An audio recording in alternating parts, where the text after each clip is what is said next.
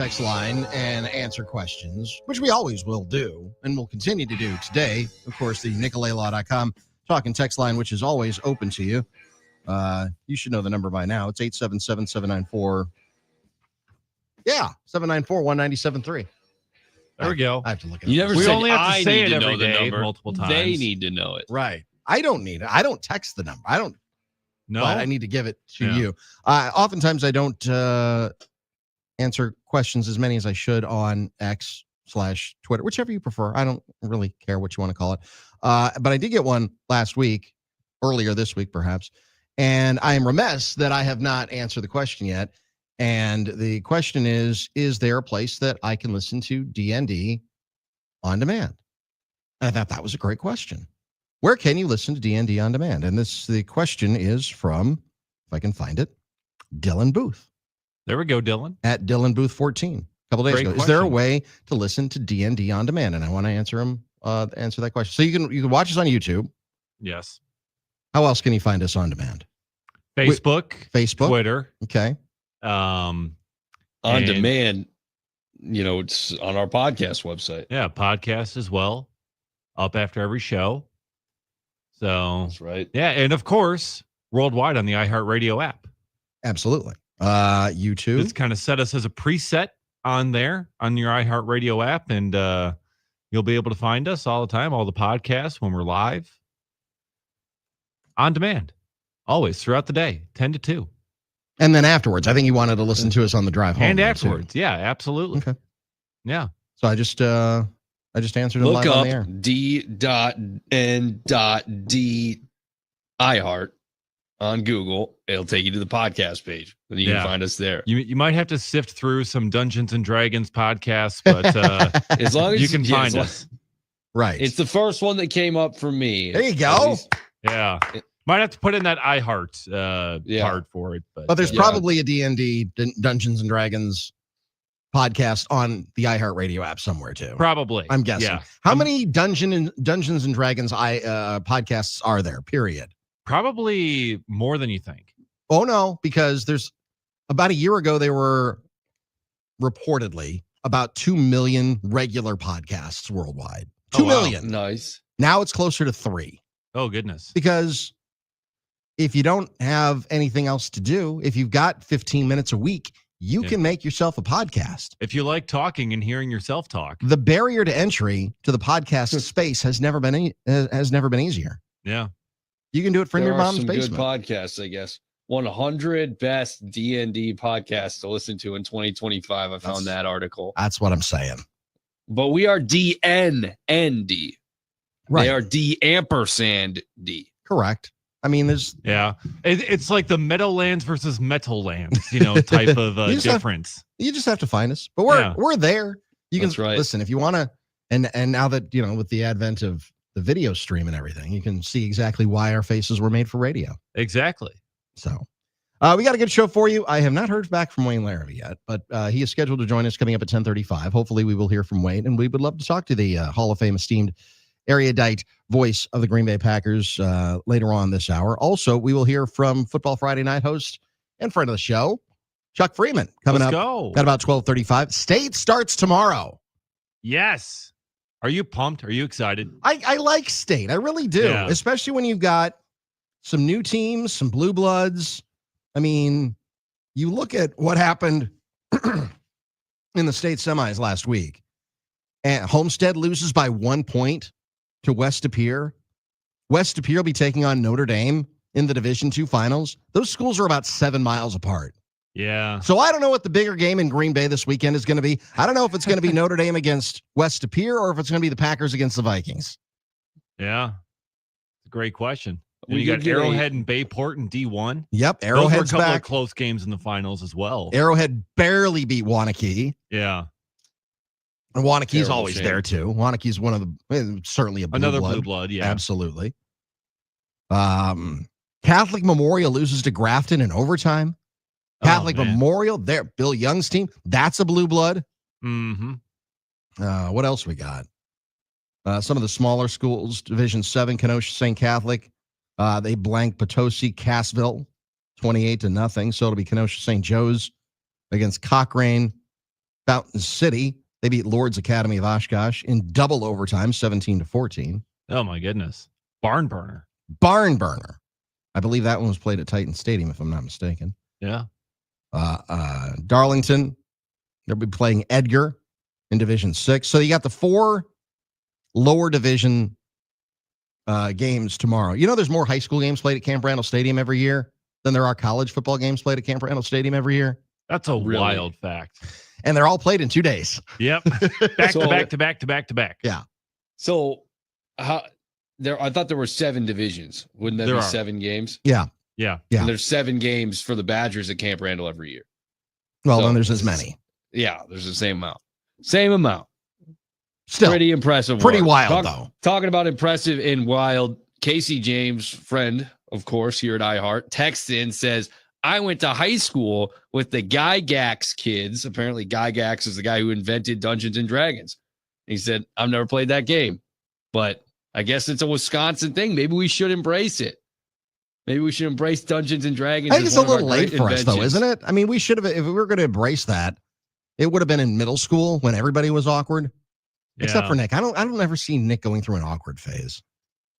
I was like the B level in terms of popularity. I was never really on the top, but I was never on the bottom. I was just right there in the mix. Okay. Yeah. Yeah. I was down towards the bottom for a while. I think yeah, I know. You were literally the tallest guy. How could you possibly be at the bottom? In popularity, though. Middle school was such a weird time for everybody. Yeah. Middle school, I was a rascal. I kept getting in trouble, kept getting in-school suspensions. I was in the box. We talked about that before. Concrete walls, Doug, about 6 feet wide room. Yeah. Concrete walls, window that was probably like 2 by 8. It was a super small window. Every 6 hours, they come in and give you some bread and water so you can sustain yourself. They'd make me bring all my books in there and sit down. I was in there maybe 3 or 4 or 5 times, but I can see that. It honestly does sound like solitary confinement in prison. Like it sounds worse than prison almost. They had to cage me in middle school. That was how crazy middle school was. Middle school was just like, did anybody have a good experience in middle school? Because the people who peaked in middle school truly peaked in middle school. Yeah. You know what I mean? I don't know. That's worse than pretty embarrassing.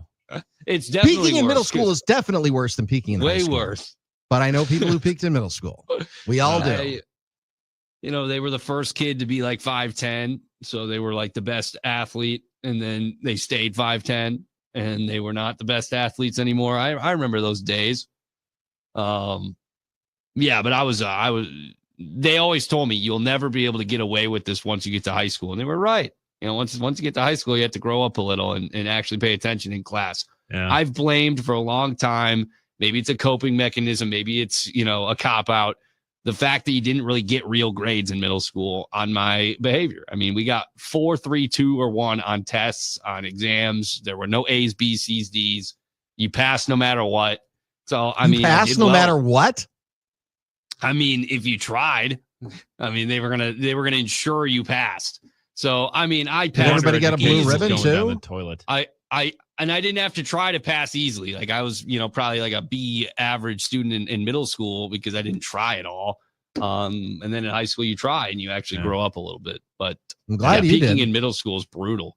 Yeah, and then they tell you that you're not gonna be able to get away with this in college, and then in college, you get away with quite a bit because even the professors don't care about some of those things. Well, you went to lacrosse, so. Oh, is that what you think it is? No, it's the fact that I got a not everybody got to go to the Harvard of the Midwest. It's that I got a communications degree. That's what it was. But I remember my first college class, it was biology or something like that. It was like, why am I in this class? I'm not going for, but it was just a general ed that you needed to have. Felt the same way when I was in calculus. It was like, why am I here? Dr. Mahadevi was the professor's name. Nice man. Nice man. Yeah. Very nice man, but I did not learn a damn thing. Yeah. I do not remember anything from Calc 1 that I had to take to finish my math credits. It was terrible. I barely passed. It was the worst grade I had ever gotten. And yeah, I ended up with a D in that class. I'm literally stressing this final because there was a legit chance I could have failed that class. Here's a dream that I normally have, and I have it way too much. Speaking of middle school. Normally? No, I have this one regularly. I actually talked to a dream analyst about it once. Oh. Uh-oh. So in middle school, it's always the same thing. I'm in college, but the setting is Butler Middle School in Waukesha, where I went to middle school. But these are college level classes, and it's a math class, so it's like an algebra class or something like that. And I went to the first day and then just stopped going to class. And then about 3/4 of the way through the semester, I'm like, I never dropped that. I should probably go back to class at some point. And I'm so far behind the 8 ball. And, the tests are coming up, and I have no idea what any of the concepts are. And then I wake up. Oh. Yeah. Okay. Yeah. No, and you have that regularly. I have had that dream probably hundreds of times. Even still as an adult. Yes, absolutely. Especially as an adult. I've had very similar dreams, Doug, since I graduated. I mean, and I'm only a couple of years out now. But I will have a reoccurring dream where I have something that's due that I didn't do and that I have to accomplish, or a class that I had forgotten about. I wonder what that is. What did the dream analyst tell you? He told me that it felt like there was something that I had unfinished business with. Okay, so very deep. Dream analyst. Oh, it sounds like someone in your past life is trying to talk to you. I'm sensing $10. How's your relationship with your dad? Someone that has an S in their name. Is there someone in your life that has an S in their name? Is there someone who has an R in their name? Well, my last name is Russell. That's it. Oh, there it is. Have you ever lost somebody? Grandparents? Has anyone ever close to you passed away? I'm like, yeah, I'm in my 50s. Yeah, all of my grandparents are dead. Exactly. Your grandmother is trying to contact you from the grave. I can't do that today. You're going to have to come back another day. Yeah.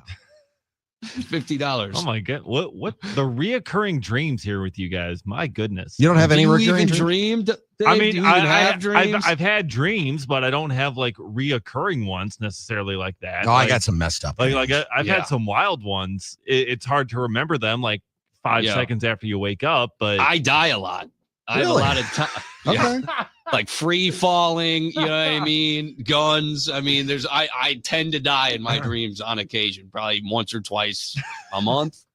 I wake up, I'm not dead. My wife says she doesn't dream in color. Whoa, just black and white? I'm like, huh? It's like, yeah, I heard people don't dream in color. I'm like, I dream in color. I don't know who these people are. Like those movies without the audio. I guess. Yeah, they're all silent movies before talkies. Yeah, that's right. That's right. She's just it's Charlie Chaplin and people doing actions, and then the text comes on the screen. That's brutal. She's colorblind in her dreams. What I try to do is, if I have a really messed up one, when I wake up, I try to write it down. Okay. Just so I remember it later. Yeah. I hope to never remember some of them, you know what I mean? Because 5 minutes after you wake up, they're gone. Oh yeah, that happens all the time. I had that once. I think I actually did write it down. I have to look back through my phone to see where it is and what exactly the dream was, but I think I still have it somewhere. Where I just had like the wildest dream, and it made like no sense to me almost. It was just all over the place, and then I had a crazy one last night that I do remember. Oh, okay. Well, do tell, Doug. So I was visiting a friend in another city, but I still had to babysit, not babysit, but like dog sit for my neighbor. So I left their studio apartment, my friend who lives in another city, and his wife was a different person, not his real life wife, but a different person. Okay. And then I said, I've got to go take care of, the dog sitting, but I'll be back. And she just gave me this big long hug, and it was weird. Huh. I'm like, I'll be back in like 15, 20, maybe 30 minutes. It was just weird. It's just very strange dream. I'm like, I don't even know who you are. You're not in real life, because they weren't, it was just this random person that I don't think I've ever seen before. Right. As opposed to my friend's real life wife. But apparently, like in dreams, like the faces that you see, like they are faces that you have seen before, whether in passing or whatever else. Like you may not remember them. They could just be strangers passing the street. But apparently all those faces are faces you have seen before. Like you don't have the ability to just make them up like you've seen them somehow. I read that somewhere. Interesting. Yeah. I did not know that. Well, I suppose, the brain is a mysterious place. It is. It's a very, very mysterious place. All right, we got a lot to get to over the course of the next 4 hours. Hopefully, we will hear back from Wayne Larrivee in a few minutes. Also, Thanksgiving is coming up. What role do you play in Thanksgiving, because we were talking about this before the show. We've talked a lot about Nick, and we're just trying to unpeel the onion a little bit. Nick, for as much of a rascal as he was apparently in middle school, apparently you don't do anything at Thanksgiving. You're just kind of the quiet kid. Yeah, I'm way more reserved. Way more reserved. That's I mean, I'm the youngest. You got to be on his best behavior for but why? aunts and uncles. I just think I'm the youngest, so I've always kind of been the, Except for when you were in middle school. Yeah. Well, that I'm no longer in a family dynamic in middle school. I'm in a friend dynamic, different atmosphere. Interesting. I'm going to unpeel that onion a little bit because I don't even know what my family dynamic is for Thanksgiving because I've worked so many Thanksgivings. I do know, and this discussion will come up. If you didn't know, I hate Thanksgiving food. Oh, yeah. I hate everything about it. Oh, yeah. We'll get into that coming up here on this next week. Yeah. I mean, by now, most people know, I think. If you know me at all, you know my argument. Oh, yeah. But we'll do that coming up. Also, Warren Brinson calls out MetLife Stadium's turf. We'll hit that coming up. Saw that one walking up Main Street. Also, Benjamin Novak and Maddox Cochrane. What do they have in common? Nothing good, at least if you're a Wisconsin football fan. We'll hit that coming up as well. We're just getting started on a wild Wednesday. We've gotten off to a hell of a start. Talking text line open to you. If you got any dreams you'd like us to analyze or at least try to pick apart, well, I think that's fascinating. 877-794-1973. If you want to tell me how messed up I am, feel free to do that as well. 877-794-1973. It's D.N.D. Doug, Nick, and Dave on the game. Now here I go again. I see the crystal vision. I keep my visions to myself.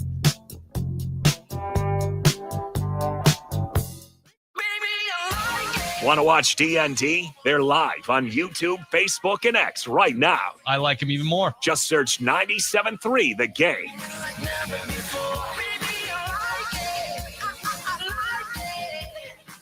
It's Border Battle Week. Stay with the game as we get you ready for the Packers and Vikings. From 27 yards left hash. Snap good. Spot down. Walsh's kick is up. And it is no good. He missed it. Are you kidding me? The season can't end like that. He missed it left. And the Seattle Seahawks are off to Charlotte. 10-9. Favre goes back to pass. He pumps. Now he fires over the middle. Intercepted. I can't believe what I'm seeing right now. It was intercepted by Tracy Porter near side to the 40, and John Sullivan runs him down at the 47-yard line. You've got to be kidding me. I can't believe what I just saw. Looking at that play, he should have just held on to it, Paul. He should have. He could have easily got 5 or 6 yards if he would have just pulled that thing down and dove forward. But why do you even ponder passing? I mean, you can take a knee and try a 56-yard field goal. This is not Detroit, man. This is the Super Bowl. Welcome to Rivalry Week. Welcome to the border battle. CJ in Columbus said, I think there's one in Arizona where he says the kick is good and the Vikings kicker ended up missing it. CJ, your memory is correct. High snap, put down. Joseph, come on. It is good. No, he missed it. Are you kidding me? He missed it right. He missed it right. Oh, my kidding me? Oh, my. He missed it right. What a gut punch to a team. Ball that play after play toward the end fought its way back. Missed it by like a foot. Wayne also told us about that one because of where they were. He's like, you can't see the numbers, you can't see the kick, whatever it ends up being. But it is just a hilarious moment. But it's not even my favorite Paul Allen call that involves the Arizona Cardinals. Yes. Run, PA. 17, 16, 15. See, they have to go deep into the end zone. We better put some people in the end zone, right, Joe? That's exactly right. I mean, there's nobody inside the 10. Get back there. Here it is. The season's on the line. 2 receivers left and right. McCown takes the snap. He steps up. He's all by himself. Fires into the end zone. Caught! Touchdown! No! No! The Cardinals have knocked the Vikings out of the playoffs. I believe it was caught by Nate Poole. It was. He's being mugged by his Cardinal teammates. They're Minnesota Vikings flying on the field. Oh, and we love to see that Was- part, Paul. Thank you for that last little drop. And thank you to our sister station, KFAN, for all Always. of that illustrious audio. Listen to No BS with Billy and Armin every weekday from 6 to 10 right here on The Game. Here are the top Journey songs that you thumbed up. Number 3, Separate Ways, Worlds Apart. Someday love will find you. Break those chains that bind you. One night will remind you. Oh, we touched away our separate ways. Number 2, Any Way You Want It. Baby, for change. She said, any way you want it, that's the way you need it. Any way you want it. Oh, I said, any way you want it, that's the way you need it. Any way you want it. Number 1, Don't Stop Believing. Don't stop believing. Hold on to that feeling. Speed like people. Hear more from Journey and similar artists now. Search for Journey on iHeartRadio. All your favorite music, all your favorite stations, all free. iHeartRadio goes one-on-one with Rick Springfield to get some insight on his latest release, Rocket Science. It's a guitar-based record for sure, and I love big hooks, and not a country record at all. It's a rock and roll record, but it does have some country elements. Keep listening to iHeartRadio for more from Rick Springfield and all your favorite artists. iHeartRadio soundtrack flashback. Okay, so the movie was crap, but it gave us a huge song from Seal. 1995's Batman Forever was a laughable, but Kiss from a Rose was the song we all needed. I compare you to a kiss from a rose on the grave. Ooh, the more I get, I feel stranger it feels, yeah. For more great movie soundtrack hits, check out Popcorn Radio on the iHeartRadio app. Yeah, I know nobody knows where it comes and where it goes. I know everybody says you got to know. Good news. We will talk to Wayne Larrivee coming up in about 12 minutes. Did hear back from him. Always love having the Hall of Fame voice of the Green Bay Packers on the program. Had a lot of response on the NicoleLaw.com talking text line. Let's see. Aaron from Fond du Lac. Doug, did you ever spend time in the box at Butler Middle School? I have a few times. I don't know. Do I know Aaron from Fond du Lac? Did I go to middle school? No. But Aaron apparently that and box Fondy? is famous over there. I spent time in it once. I didn't do it a lot, but I got trouble. Something, I forget what it was. So when I went to middle school, it was 7th, 8th, and 9th grade. So your freshman year of high school, you were still at the middle school. Okay. And then you spent, your sophomore, junior, and senior years at the high school. And I went to Waukesha North. So it was 3 years and 3 years. I have not set foot back in Butler Middle School since the day I left back in 1980 something. Probably for the best. But I still think that I could navigate it however many, 40 years later. I still feel like I could find every nook and cranny of that place. I have no idea why. I just feel like I know the layout so well of that. Unless place. the layout's still changed there? in the 40 years since. Unless they've changed it, yes. Yeah. They've changed the layout of my middle school in Ripon pretty substantially. So it used to be a middle school. Now it's tennis courts. Oh, There's no building anymore. Well, that is changing the landscape. of it. That is quite a bit. Yeah. It A little bit doesn't different to exist navigate. anymore. I've played tennis on the burial grounds of my former middle school in the past, built in I think the 30s. Okay. So it was due to go down when it went down. Maybe it was a little bit later than that, maybe the 50s. But I love that place, and now I can't show anyone where I went to middle school. It's actually kind of sad. My middle school's also the high school. New Berlin West is middle and high school together. 7th and 8th grade are in the same building as 9 through 12. Okay. I've driven past it. So my pet sitter lives right next to Butler Middle School. So I had to go over to her house a couple of times to drop off like a key or drop off instructions or whatever before we leave. She's also the house sitter while we're out of town. So I have been over there. So it still the physical building still looks the same. It doesn't look like they've had any additions or subtractions. Okay. What they've done on the inside, I have no idea. But if they haven't touched it, I feel like I could navigate it just as well as I did when I was there. But I haven't set foot in the place since I left. Right. Yeah. So I haven't set foot in my grade school at all since I left. So yeah, it's not surprising. But I did spend once I spent time in the box. I got in trouble. I forget what it was. I wish I had a good story for you. Oh, but you had a box as well? Well, I mean, I think every school has something where they're, no, where every there's school did not have a box where solitary you're confinement. disciplined. Where you're disciplined. Dave did not have that. He did not have the upbringing we did, Doug. Dave had, probably a corner where they give out juice and cookies. It's gonna be better tomorrow. Sabrina and Tosa writes, I've got two different friends who teach middle school and they love it. They love the drama and the conversations and the hormones. I think 6'7". 6'7". 6'7". That's what they're going to do. I would say whatever that means, but I actually know what it means because it means nothing.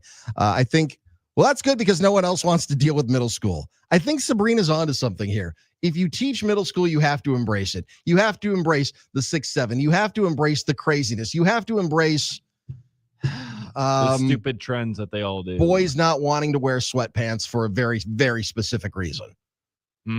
Yeah. You hit a pothole on the way in and just, your whole day is ruined. Yeah.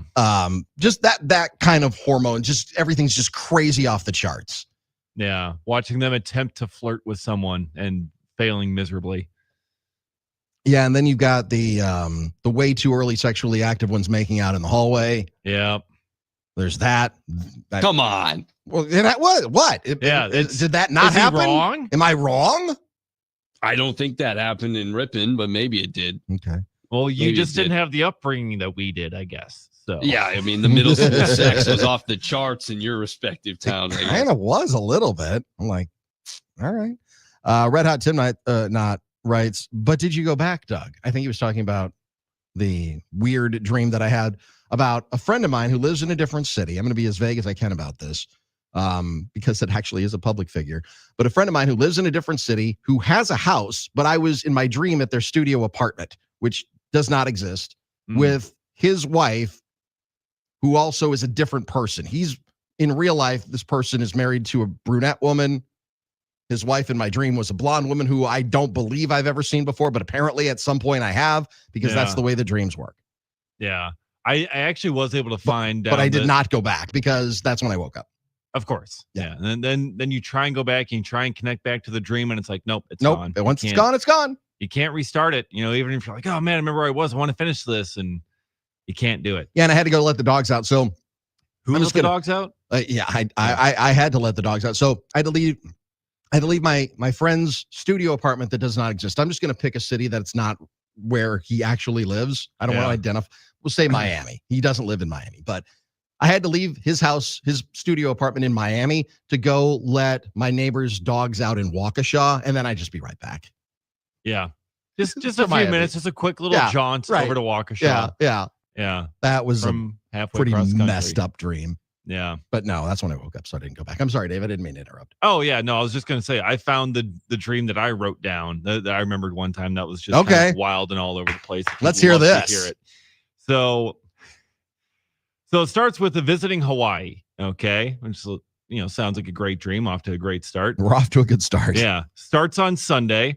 Okay. I don't know why, but that was a detail I wrote down. On Monday, we're looking to find a long-term home possibility on lands next to the water. This is how you know it's a dream, trying to afford buying a house in Hawaii. It's got butterflies, salt beach water, saltwater beach spots. Turn around, volcanoes erupting. Huge fireballs, lava way up in the sky. Sure. Going to make a run for it. Okay. As I'm, turning around, I'm taking a Snapchat video, of course, to put on my story with the as caption, one does. As one does with the caption, if I don't make it back to Milwaukee, this is why. Try to evacuate, steal a truck from an old truck stop, use the radio to ask for an airlift or help, drive away towards some evacuation area, somehow get on a plane to fly to the main airport.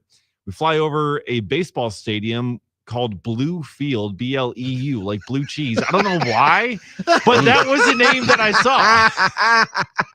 French Field. That's great. Baseball somehow finds its way into my dreams. Of course. It's ashy. It's cloudy. Get out of the danger zone. Highway is grassy. We come to the airport. We watch one plane fall into the harbor. Aaron Rodgers is on our plane. Somehow. Oh, I love this. He's asking, how do we get out of this? Because he's important and can't die. Actually, though, he might say that. I can see that. I can see that. Quote. That might be an actual quote. We turn to land at the airport, and all of a sudden it turns into me landing directly in a booth at a Chili's. Nice. As we get seated to get some lunch. Rogers is gone. I don't know where he is now. But now I'm at a table with my sister, and the rest of the fam sat at the table next to us because the table we were at only had 4 seats apparently. Even though it's just 2 of us listed here. But I had this. Do they have enough legroom for you? Or did you want to kick somebody out? Sorry, that was yesterday's show. Go on. Low blow. Come on. Wow, Doug. I had call back. I had this like chili pepper, because of course we're at Chili's. This chili pepper like ornaments, like kind of like coin thing that signified a combo meal or something. Kind of like those free drink little things. Okay. That signified a combo meal or something that I usually ordered, but it broke and it wasn't working, and then I woke up. Oh no! And I'm just like, what is it? How did I end up at a Chili's? I was in Hawaii. I'm trying to evacuate a volcano. Aaron Rodgers is somehow here. I love it. And now I'm just at Chili's and I can't even get my usual combo order. And then I woke up. Wow. Wait, Larrivee's coming up next. starring Jason Statham. I love it. Oh man, I love Jason Statham. Some of these things. Well, I mean, if somebody asked me one time who would I like to play me in the movie, and it's like, well, for accuracy, probably Statham. Yeah, probably Jason Statham. Wayne Larrivee's next, coming up here on D.N.D. Keep them coming on the talk and text line 877-794-1973, or Clooney, maybe Pitt. I don't know. Yeah. 877-794. Just want to be accurate, of course. You understand. Of course. Yeah. Denzel. Denzel would be fantastic. I couldn't even say it with a straight face. The Hall of Fame voice of the Packers is coming up straight ahead. Stay with us on the game.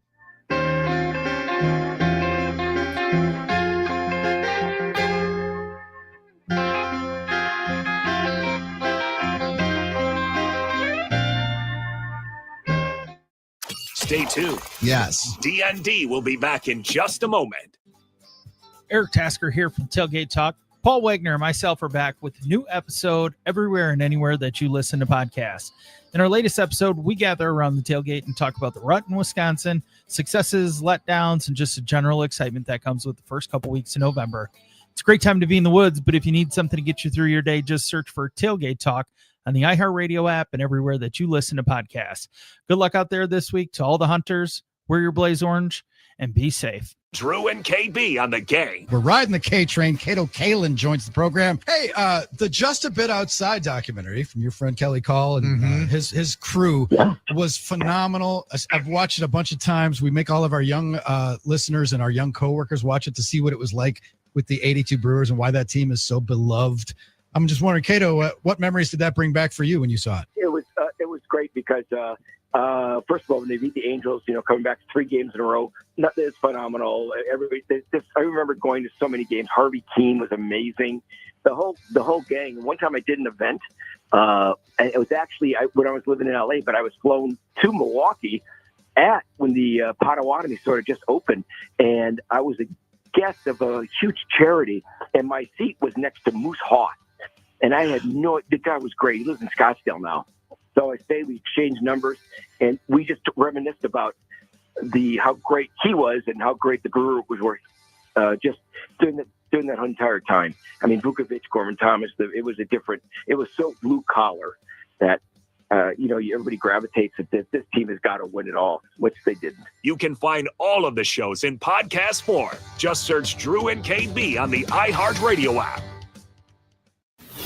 Now, a year in rock spotlight.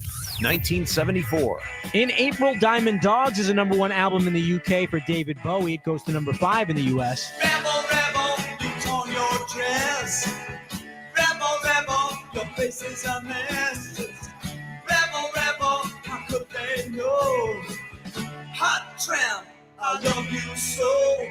In June of 1974, Chicago funk band Rufus, featuring lead singer Shaka Khan, score a number 3 hit with Tell Me Something Good. UK supergroup Bad Company have a number 1 album and a top 5 single, Can't Get Enough. Can't get enough of your love. I can't get enough of your love. I can't get enough of your love. Yeah, this one. Oh, come on, baby. And Dutch hard rock band Golden Earring have a number 13 hit with the single Radar Love.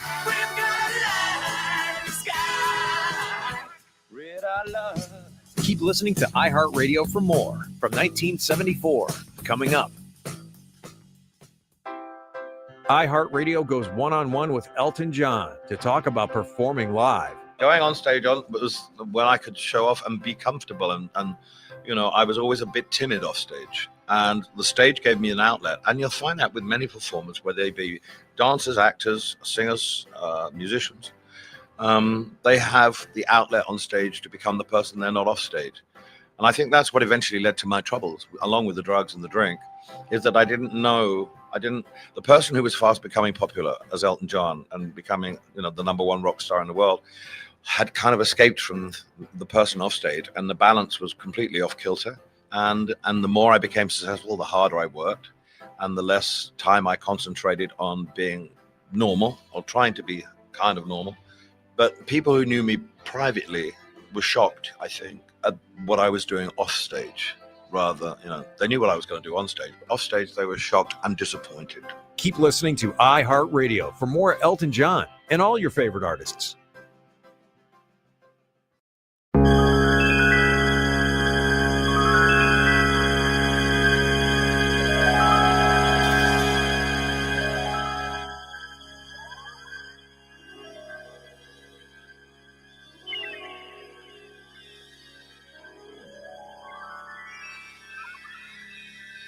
Well, this about sums up the first 35 minutes of our show today. The opening Dreamweaver. Yeah. Oh, this is Dreamweaver? Yeah. We have had quite a ride for the first 35 minutes of the program. It's time to kind of bring it all together, to have some credibility reinserted back into the program, because as Red Hot Tim Knott writes on the talk and text line, and this stream has been brought to you by LSD. That's kind of the baseline of where we've begun the show. So with that, it's time now to check in with the Hall of Fame voice of the Green Bay Packers, our friend Wayne Larrivee. Hello, Wayne. How are you today? Doug, how you doing? You know, it's been a ride today. I don't know how it even started, but we got started on Messed Up Dreams. So yeah, Dave was talking about how he was on an airplane once coming back from Hawaii and then landed at Chili's, but on the airplane was Aaron Rodgers, who didn't want to crash. It was just strange. So anyway, the Packers, let's talk about them. Let's talk about the football team. Let's see. Warren Brinson calls out MetLife's turf. He says on Twitter that it was for the first time in his entire career like playing on concrete. So how bad is that turf? Because it just seems like it doesn't even show up well on television. What does it look like in person? Because it does look like fuzzy concrete.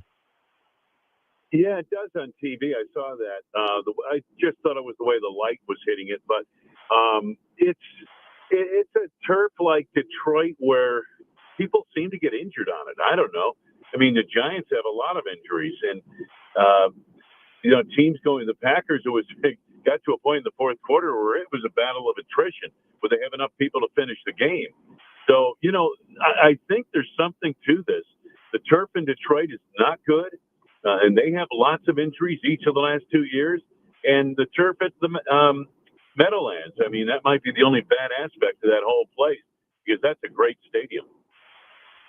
Wayne, when you consider the quarterback position for the Green Bay Packers, I think there's value in having a guy that you could bring in for a special package. And I'm referencing Malik Willis. When he was thrust into the game against New York, it felt like that was a jolt of energy for the offense, and they get a touchdown out of it. Do you think that Malik Willis could potentially see himself into a unique package moving forward with the offense? I suppose so. I think Matt's hinted at the fact that he has something up his sleeve in that regard. It would make some sense. The thing this kid can do, he really runs that read option exceptionally well. He certainly has a good enough arm. He doesn't have what I would call a big NFL arm, but it's certainly a very good arm in terms of being able to put the ball where it needs to be. He can make the throws. And he has great touch. He throws a very catchable ball. It's the first thing Larry and I noticed about him last year. But I think the skill he brings to the party, the element he brings is with his legs. And the things he can do on the ground, running the football, I think bring a nice variable into the offense. So if they were to work something like that, and I think they have some things planned, it's a matter of do they call them during the game.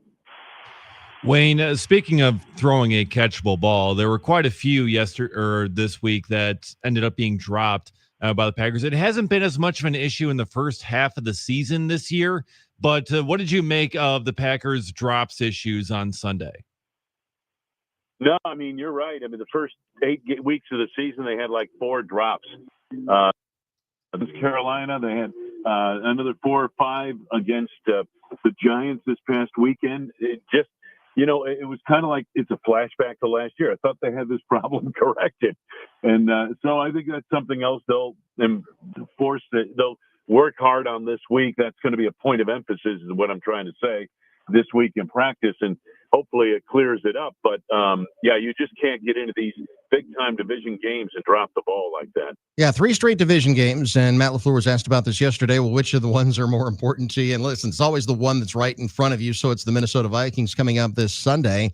As far as Minnesota, a little bit of a disappointing season, I think, for them. When you take a look at what they bring and what J.J. McCarthy, a quarterback, brings, what are you seeing, and why is this the only sub-500 team in the division? Well, first off, they invested heavily, over $300 million in offensive and defensive linemen, and they thought they had shored up that part of their football team. The offensive line has been nicked up. They've got all kinds of injuries. Ryan Kelly, their big free agent, one of their big free agent acquisitions from Indianapolis, is on IR right now. And so this has changed things up front. They're not as good on the offensive line as they were a year ago. Conversely, on the defensive line, Javon Hargrave has been okay. He's been pretty good at times. The guy that really has emerged for them is Jalen Redmond in the middle of their defensive line. He has been a beast. And then, Jonathan Allen, former Washington first-round draft choice, has been just okay at the other interior tackle position. This is an area of the team they felt they had shored up. But, Doug, what's really happening with this squad is this. They are not quite as effective defensively. Why is that? Well, because the offense isn't what it was a year ago. The offense a year ago got up on teams, got up and they played on the lead the whole way. Remember in Green Bay, they were up 28-0 at halftime over the Packers in Lambeau. You remember that? Yeah, I do. And then after that, the Vikings didn't have to play the Packers. They played the clock the rest of the game. And that allows the defense to do more with the blitz packages and the exotic looks they give you. If you're in a position where you have to put the ball up in the air consistently, trust me, Brian Flores and that pass rush will get to you. Wayne, what do you think of Christian Watson? How about that for a guy? Redemption after back-to-back injury-riddled seasons and an opportunity to get back out there and perform as well as he has so far in 4 games. I think it's a testament to the idea of draft and development because I think he's a better player each year he's out there. I agree if he can stay healthy, and that's a big if. He got shaken up a couple of times in the Giants game, but who didn't? That was a hard-hitting game in addition to playing on that turf. But Watson is a big-time playmaker. And I think they're finding more and more ways to get him involved. LaFleur has said he's extremely smart, very high IQ. I think he meant both in and out of football, but especially in football, where he can run the full route tree. And that's something you need to do with this guy. He's not just the guy who's going to stretch the defense. He's a guy who can make plays over the middle. He can run those little out patterns to the sidelines, that kind of thing. So I think that the more they exploit this kid, the better off they are. And the other thing I would like to see them do is get Matthew Golden going. Get him going. you've got to invest a certain amount of throws into a player like that to get him going, get his confidence going, get him into the mix, because that kid is a big-time player waiting to happen. He just hasn't happened quite yet. Wayne, speaking of wide receivers, we want to get going. Jaden Reed posted a picture yesterday of him in full uniform, pads, helmet, jersey, all that. He's missed all this time with broken collarbone, foot injury. But with him posting that, it seems like he's getting closer to returning. What's your sense on Jaden Reed's timeline? Yeah, I think it'll be at least December. I don't see him playing in the next 2 games, but I could be totally wrong. It's just my sense from the things I gather around the team that it might be another couple of weeks to get Jaden Reed in there, but hopefully they can get him in and make some plays down the stretch, get that playoff berth, and then really get him up to speed for the postseason run. But, he's a tough kid. He's battling through it, and they fixed 2 injuries. He's had a lot of time off, and hopefully he can start getting back into practice, and maybe in a couple of weeks we see him on the field. Hopefully Josh Jacobs isn't out for long, and hopefully we'll get an injury update from Matt LaFleur coming up shortly, as he'll meet the media probably in about 20 minutes or so in Green Bay. But as far as Emmanuel Wilson and Chris Brooks, I mean, these guys seems like, especially Wilson running the ball, Brooks in pass protection, as Matt LaFleur's talked about a lot. How important is it to get these guys established against Minnesota if Jacobs can't get on the field this week? Teams are running on the Vikings about 127 yards a game, a little over 4 yards a carry. So I think that's really important. I think you really want to make the Vikings defense work. And how do you do that? The Vikings defense is basically a big play pass rushing outfit. That's what they like to do. The way you make them work is run at them. Just run at them. And, even back in the early 70s when they had those great defensive lines in Minneapolis, the Purple People Eaters, the best way to beat them was to run at them, run right at them, make them work. Because pass rushing's fun. Defending the run, that's grunt work for those guys, and that's what you need to do. So I think it's very important they get that running game established, but they're going to need better production from their offensive line to do that. Wayne, when you consider the potential value of the return of Lucas Van Ness, statistically, he was off to a better start than he had certainly so far in his career. But it felt like Rashawn Gary's production dropped the second he went off the field, and Parsons would see a boost, I'd assume, to some degree with the return of LVN. Do you think that Van Ness still has that level of impact on the defense whenever he returns? I do. I think he was really coming into his own. He was starting to rush the passer effectively. But aside from that, he was playing the run tough. He was setting the edge and holding it. And I really liked the way he was playing against the run while he was in there. And I think the more he plays with Micah Parsons, the more he's going to develop as a pass rusher. So I think that, his best football is still ahead of him. It's taken a while, but, good things come to those who wait. Wayne, the kicker situation has been a controversy over the past couple of weeks, as we've talked about. And Lucas Haversick gets a chance in there against the Giants and misses a couple of extra points. But just how hard was the wind on those guys down there? And, what do you think it'll mean for this week with McManus still dealing with that quad injury? Well, if McManus is over the quad injury and is healthy enough to kick, he's the guy. Just look at the financial numbers. If you don't know anything about these guys as kickers, they paid McManus. They paid him, and they feel very good about him. They're still strong on him. The quad has been a factor. There's no doubt. And as far as the wind went, that Lucas Haversick was kicking in the Meadowlands, it was swirling. That stadium, I describe it as a big air conditioner. But that air conditioner, all 4 sides are covered. So it's not as open as some of these other stadiums, like even Lambeau Field. But the wind gets in there and it starts swirling around. And we were getting 25, 30-mile-an-hour gusts. And so it had an impact. Had an impact on the kicking game. Had an impact on deep snaps, just from the center to the holder. Had an impact on shotgun snaps. Sean Ryan had a couple of bad ones, and I would imagine the wind impacted those snaps. So it was a tough day. I would not judge Lucas Haversick so harshly based on the day he was faced with in the Meadowlands on Sunday. I know that you have to play the game that's in front of you, and maybe this is a topic for next week, but the quick turnaround, and it'll be the same for both the Packers and the Lions and anyone else who has to play on Thanksgiving. But do you hold anything back against Minnesota because you've got a game just in 4 days coming up for the second time this season? You might, Doug, if you were on your way to 10 wins, 11 wins, or whatever at this stage, whatever the Eagles are. If you were the Eagles, yeah, you might hold something back. But you're the Packers, and you're in the middle of a fight just to make the playoffs. You don't hold anything back.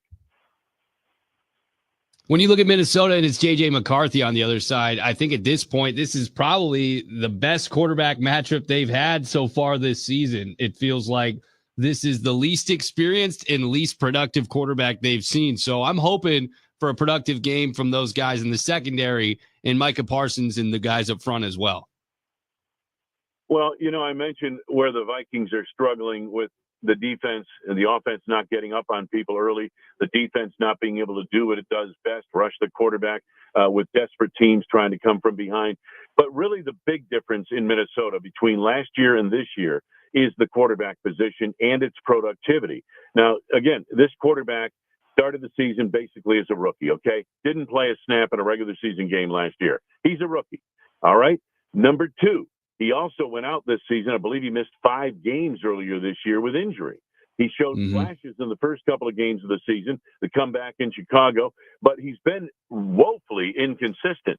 But I saw him in that game against the Bears. There was a point he could not throw the ball into the Mississippi River from the bridge straight over it. He could not. But in the fourth quarter, he got hot, started hitting people where they should be hit, right in the numbers, in stride, and they came back and took the lead. If it wasn't for a 56-yard kickoff return touchdown, oh, boy, special teams. How many games do they win and lose in this league? And it's not just the Packers, folks. I know we're all focused on the Packers. It's across the league. Missed kicks, big returns, all that stuff. It's explosive. Special teams are having such an impact. But if it wasn't for that special teams return, the Vikings beat the Bears. So McCarthy's a guy, when he's good, he's really good. When he's good, you can tell what he does well, and that is throw the deep out. And he is a guy who's still learning touch. He has a big arm. He's still learning touch. He only had 700 passing attempts in college. That's not much. And so the Vikings took a chance on him, liked what they saw. He's shown flashes, but he's inconsistent. He's a rookie. He's going through growing pains. And that's the biggest difference between the Vikings this year and the Vikings last year, where Sam Darnold, a polished NFL veteran quarterback, was having a career year. Wayne, you're the best. We always love catching up with you on Wednesday and especially on game day as well. Noon kickoff from Lambeau Field. It's the Packers and the Minnesota Vikings. We'll see you on Sunday, and thanks again for the time today. Oh, good to be with you guys. Talk to you next week. All right, look forward to it. There goes the Hall of Famer, Wayne Larrivee, dropping the knowledge and bringing some credibility back to the program. Yeah, bringing us back on the rails. Putting us back where we need to be. Yeah. You can only dream about that level of credibility. You can only... Yes. Yeah. Nick. Well put. Dream about that level of credibility that Wayne brings to the proceedings wherever he goes. All right. That's it for hour number 1 of the program. Still 3 hours to go. Chuck Freeman's going to join us coming up at 12:35 from Football Friday night. The state championships starting tomorrow at Camp Randall Stadium. We'll hear from Matt LaFleur. He's going to meet the media coming up live here in just a few minutes, about 15 minutes or so from now. We'll catch up with Dave Gasper. He's got a top of the hour sports update. Stay with us. It's D.N.D. Want to watch D.N.D? They're live on YouTube, Facebook, and X right now. There you go. There we go. Just search 97.3 The Game. iHeartRadio. Here are the top Billy Joel songs that you've thumbed up. Number 3, My Life. I don't care what you say anymore. This is my life. Go ahead with your own life. Leave me alone. Number 2, It's Still Rock and Roll to Me. Nowadays you can't be too sentimental. Your best bet's true, baby blue continental. Hot funk, cool punk, even if it's old junk, still rock and roll to me. number 1. Uptown Girl. She's been living in her white bread world as long as anyone with hot blood can. And now she's looking for a downtown man. That's what I am. Hear more from Billy Joel and similar artists now. Search for Billy Joel on iHeartRadio. All your favorite music, all your favorite stations, all free. Now, a year in rock spotlight, 1970. Don't keep me waiting here. Lead me to The Beatles released the Phil Spector-produced album Let It Be. It generates 3 number 1 hits, Get Back, Let It Be, and their final number 1, The Long and Winding Road. The Kinks song Lola, about a romantic encounter with a transvestite, makes number 2 UK and number 9 US.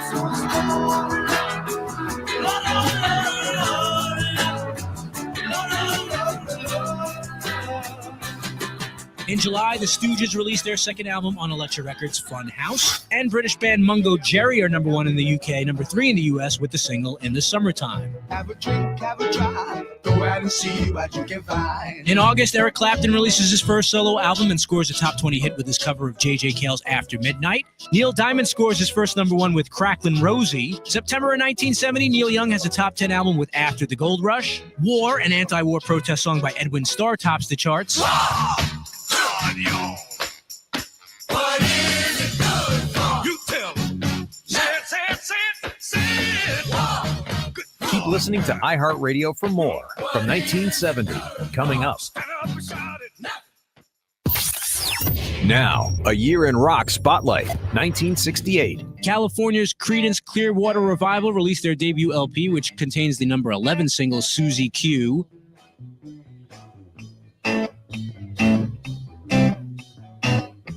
And in August, American band Tommy James and the Shondells have a number 1 hit in the UK with Moni Moni. It goes to number 8 in the US. And the Doors have their first number 1 album and their second and last number 1 single with Hello, I Love You. When she moves, my brain screams out this song. In November of 68, Van Morrison releases his second solo album, Astral Weeks, and Joe Cocker has a UK number 1 with his cover of the Beatles with A Little Help from My Friends. Don't you know I'm gonna make you laugh?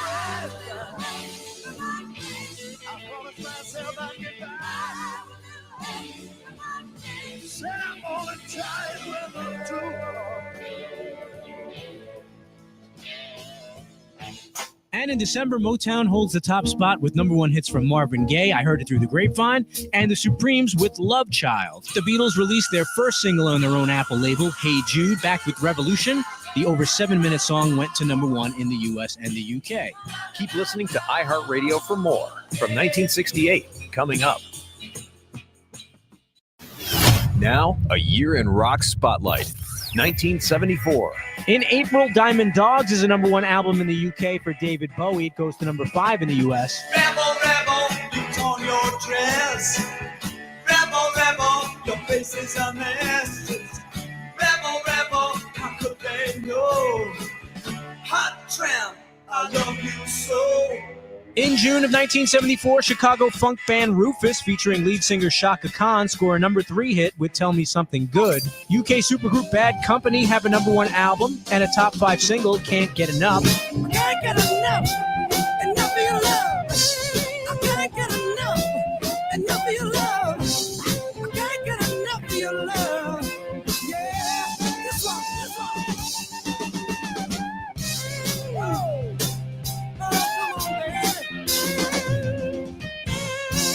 And Dutch hard rock band Golden Earring have a number 13 hit with the single Radar Love.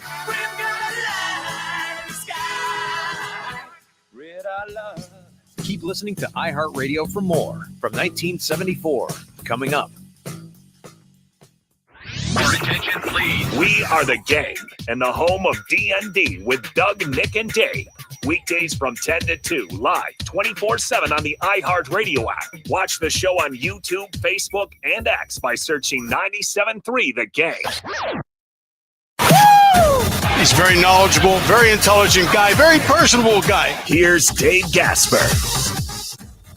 The big woo is back. Brandon Woodruff accepted the qualifying offer from the Brewers yesterday. He will return to Milwaukee in 2026.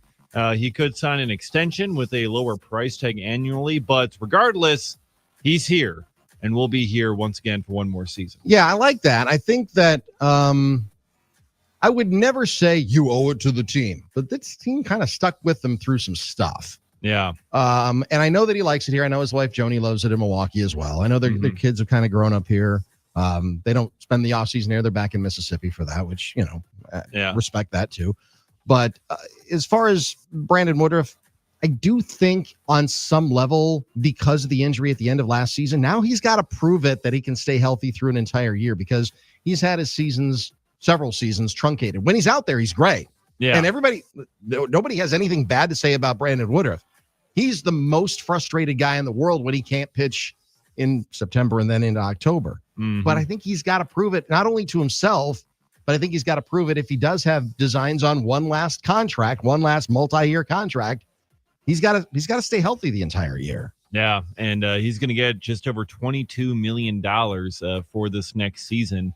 And again, that could be brought down with an extension for maybe 2 or 3 years. And, I would have thought Woodruff could have, turned down the qualifying offer and sought that 2 or 3 year deal in the open market. Yeah, I thought he would. I thought it was possible. And it still is. He gets that kind of extension, that kind of multi-year deal. But now it's only going to be with the Brewers. So returning to Milwaukee seemed to be a much bigger priority for him, which is fantastic. It's great for him. It's great for the Brewers to see him coming back.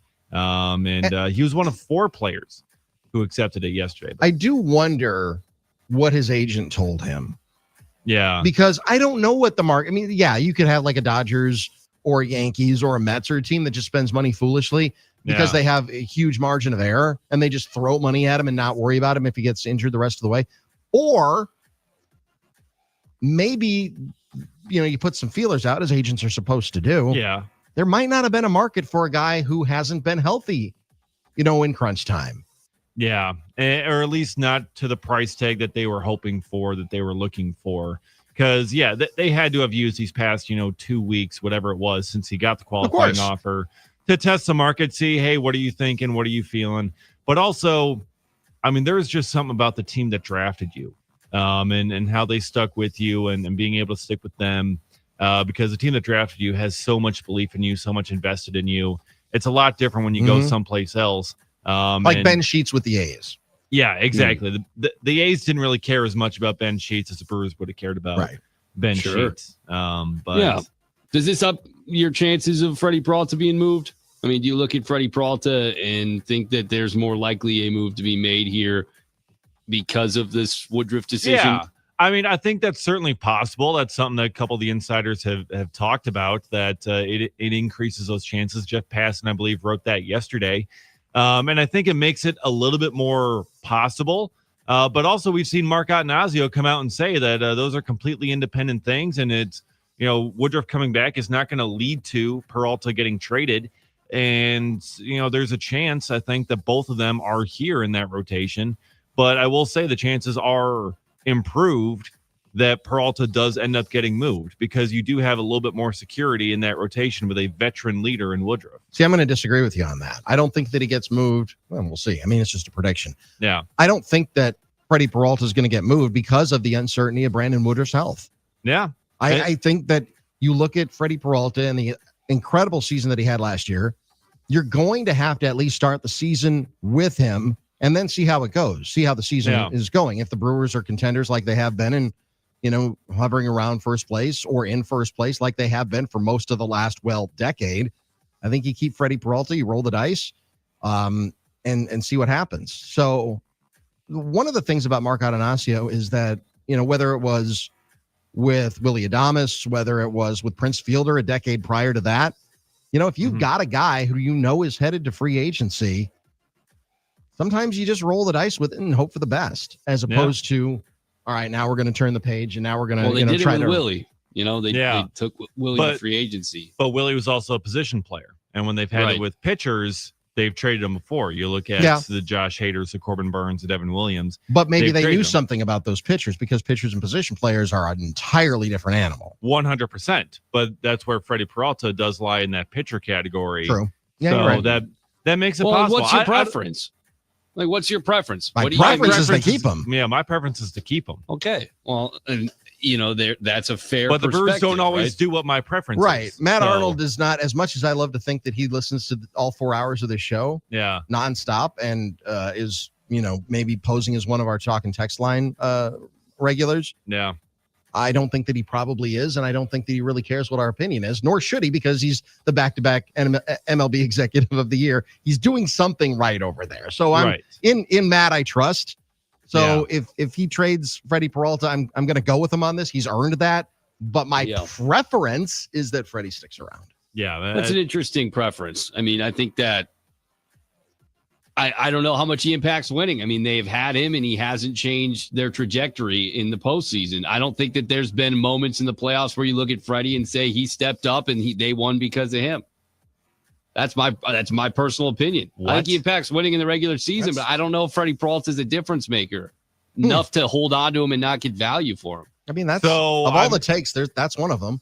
Yeah, that is a take. So they got eliminated in the postseason because they scored 1 run per game in each game in the NLCS, but I don't know how much. Well, I get that. So if you're going to hold on to pitching, which I think is a depth for them, they have plenty of depth in that spot, and not move him for potential bats or future bats. Keep rolling it out there. Go with the same approach. Good pitching and poor hitting. That's fine. I mean, that's cool. I mean, in the regular season, the Brewers had the best run differential in baseball. Yeah, they had one of the best offenses in all of baseball. I'm not challenging their regular season results. I'm challenging their postseason results. I we just all want said them. that. I don't know if he changes their Well, they trajectory scored in the enough playoffs. to beat the Cubs in the playoffs. No doubt. And the Cubs are not a world-class franchise. The Cubs were not as good as the Brewers this year. I'll admit that. I've admitted it the whole year. I've never once said the Cubs were a better team than them. Of course, I wanted them to beat the Brewers, and they didn't. And the Brewers won that series. That's how it worked, and they were the better team. My problem is if you hold on to him, you take him to free agency, and you don't get anything for him, I think that's a mistake. But I guess they could go to the deadline and make that decision. Well, I mean, we say that year in and year out, and the Brewers are always competitive at the deadline, and then you can't really trade them at the deadline when you're in first place. I just think if you move off of Corbin Burns, who I think is a better player, you would move off of Freddie. I'm as much of a Corbin Burns stan as anyone. I'm like the complete opposite of Armin in that sense. But you look at them moving off of Corbin Burns, and he was healthy, at the time. You trade him with a year to go, and then he signs his big free agent contract, and then he blows out his elbow. Freddie's pretty much immediately.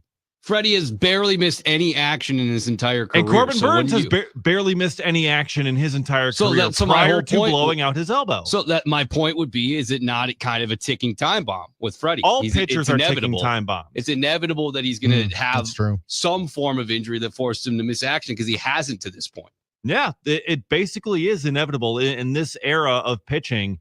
It is going to be inevitable that pitchers are going to have those kinds of major injuries. We saw it with Burns. We saw it with Brandon Woodruff. So, yeah, that is something to worry about. And that is why, again, as I pointed out, the risk and why they could trade Freddie Peralta this offseason. Because, yeah, you got 1 year left, but if he gets hurt, it's going to completely change everything in terms of, how you value him, comp picks and, what he could get on the open market, all that stuff. It all could change if he gets hurt. It's completely different if a position player gets hurt. You feel fairly confident they're going to be back to their old selves. But look at Brandon Woodruff. He missed a whole year and a half, and his fastball missed 4 miles an hour on its velocity. So then there are those concerns about him. Do we know if Freddie's a WBC guy? I assume so. I mean, He has been. So I don't think he's declared yet officially for this next WBC, but I think that's certainly a possibility. So listen, I understand what you're saying about October, and we all want the parade down Wisconsin Avenue. Yeah, 100%. The Brewers, though, I am going to talk about the regular season for a second. There were 2 teams in Major League Baseball that scored over 800 runs this year. Do you want to gather a guess as to who those 2 teams were? Brewers and the Blue Jays. You're very close. The Blue Jays scored just under 800 runs this year. The Blue Jays scored 798 runs.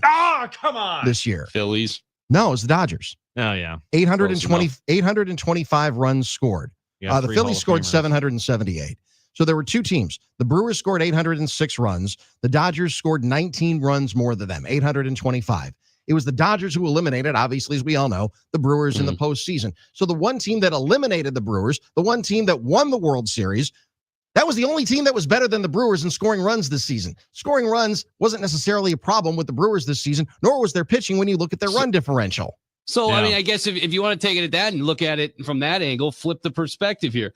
If they are scoring that many runs, they can take the risk of moving off of Freddie Peralta and rolling with the young arms. If they're going to score, I don't know a why bunch you of would, runs, though, because what are you going to get? I mean, you're going to get prospects back in return, probably. You're not, Yeah. I mean, but you're going to want someone big league ready. You're going to want somebody big league ready. I'm just saying, if it's my preference, and listen, I'm not Matt Arnold, I'm not Mark Atanasio. It's not my decision, but my preference is to have your ace back at the top of your rotation. Someone who has been a Bulldog, someone who has been good to the organization, someone who did sign a long-term contract years ago before he had to, someone who does take the ball every 5 days. That's who I want. it's a fair perspective, and I think that my initial pushback was maybe certainly overly aggressive. Of course, you want to have the best players on your team annually. That makes the most sense, obvious. But I just think if you're looking at how they've gotten to this point, it's been by being savvy and by making moves before they don't get as much value in return. So if Freddie's on the team, they're a better team day one. Maybe I have blind faith in how they've operated that no matter who they roll out there, they're going to be fine on the mound. And if you can get value, you get value when you can. 33 starts, 17-6, 2.7 ERA. It was his best year. I mean, 204 strikeouts, a whip of 1.08. That's hard to replicate. It is. Even as much as I love the Chad Patricks and Tobias Myerses of the Quinn world, Priesters. the Quinn Priesters, I'd still rather have Freddie as the lead in that rotation. And if you can have Freddie and Woodruff as a 1-2 punch, I mean, that's elite. That's fantastic. And it's still a combined like $30 million for those two guys. And some may look at that as like, oh, that's a lot to have in two players. But no, it's not. For the quality of those two players, that is still a bargain. That is a bargain. And in today's Major League Baseball, that's not a lot of money for two. Again, for Woody, it's all about being healthy. Yeah. For Freddie, if this team is a contender, as I anticipate they will be, and Freddie's, I just think that when you sell off someone of Freddie's caliber before a season starts, and they've done this in the past, they did it with Corbin Burns, you're running a risk. You're running a real risk of not being able to kind of square that circle when the season rolls around. And to your point, Nick, and you're right, they've been extremely wise when it comes to getting rid of guys too early as opposed to too late. Whether it's Devin Williams has no value, right? Right. Now Whether it's market. Devin, I mean, Josh Hader has no value right now, pretty much. Corbin Burns is on the shelf. Really expensive piece of the Arizona Diamondbacks puzzle that isn't able to pitch. So I understand where you're coming from, Nick. I just disagree with it in this case. Okay. Yeah. I mean, we're 13 minutes into the first mention of Dave's update. What else do we got? Yeah. Oh, my goodness. Brewers had no prospects for the 40-man roster at the Rule 5 protection deadline. Not entirely a surprise. The Brewers also lost their AAA pitching coach, Justin Message. He is now going to join the San Francisco Giants and Tony Vitello's staff as their primary pitching coach. Okay. That's Message, a nice glow up. Yeah. He was a bullpen coach for Pittsburgh for a couple of years, and his nephew is Brewers pitching prospect Bryce Message. Oh, okay. So where he was at Nashville. Yes, he was at Nashville. And Vitello was the Vanderbilt coach. Tennessee. Oh, Tennessee. Never mind. Well, same state though. Yeah, same state. Okay. Knoxville, close not enough. Nashville, but yeah, I mean it's across the state. Yeah. All right. A little bit up the road, but yeah. Then let's see. The Orioles made a trade acquiring outfielder Taylor Ward from the Angels for pitcher Grayson Rodriguez. So a little bit of hot stove movement there. In the NFL, Jamar Chase's 1-game suspension has been upheld by Jordy Nelson, making the decision and saying, hey, man, you get a suspension for that. Love that. So Jordy I Nelson love that Jordy doing Nelson's work. involved. Yeah. Oh, yes. I love that. Giannis is out 1 to 2 weeks with that groin strain. And last night, the college football playoff rankings came out. Georgia moves up to number 4. Texas is out after their loss. And Tulane is the group of 5 team that makes the final spot. Just like we all had picked. Yep. Good for Tulane them. ranks 24th on the top 25 on the college football playoff rankings, but they're the highest ranked group of 5 team. So they get that 12th and final spot. Green Wave. Yeah, the Tulane Green Wave. Okay. Former Packer quarterback Michael Pratt. Yeah, that's true. Yeah, there we go. Maybe USC in the Sugar, Yeah. it's not Sugar Bowl. Cotton Bowl. Yeah. And what a great comeback that was. I just saw the replay of that this morning. Oh, yeah. That made me sick. Very nice. So USC just played but I don't get mad about it because USC just played like crap and they didn't deserve to win. Yeah. They like crap, don't deserve to win. I don't know what to tell you. Well, we'll see if Texas Tech sits that way, because Texas Tech would be currently slated to face Tulane in the current college football playoff bracket. We would also have Notre Dame, Oklahoma, Miami, Ole Miss, and Alabama, Oregon as your first-round matchups in the college football playoff based on last night's rankings. Dan in West Bend writes, I am Matt Arnold. I knew it. I knew it, Dan. I knew it, Dan. All right, Matt, what are you going to do with Freddie Peralta? Yeah. Let us know. Tell us, Dan in West Bend. All right. We got anything else? Did we cover it all? No, we've covered it. All right. Let's take a short time out. Matt LaFleur on the other side, meeting the media in Green Bay. Hopefully we'll get an update on Josh Jacobs. Stay with us. Also, Toyotathon is here, or at least almost here. Yeah. What will that mean for the Packers? What will that mean for their quarterback? Also, Bill Belichick. What are we doing? I feel like a broken record every time I mention Bill Belichick's name. It's like, seriously, what are we? Come doing? on, man. What are we doing? I mean, honestly, you're making a fool of your damn self. Yeah. He's kind of, who he's kind of going? He's kind of going all Curly Lambeau. A little bit. In a sense. A little bit.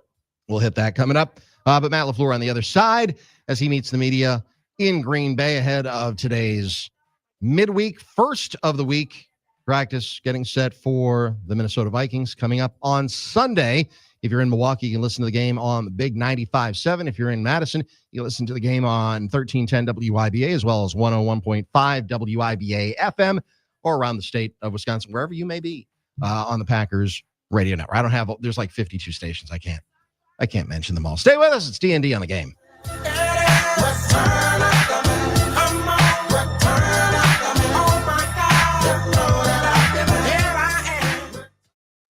You are listening to D.N.D. with Doug, Nick, and Dave. This pains me to say this, but Dave's right. Hey, why does that pain you to say? I'm right quite a bit, I think. Middays here on the game. Now, a year in rock spotlight, 1969.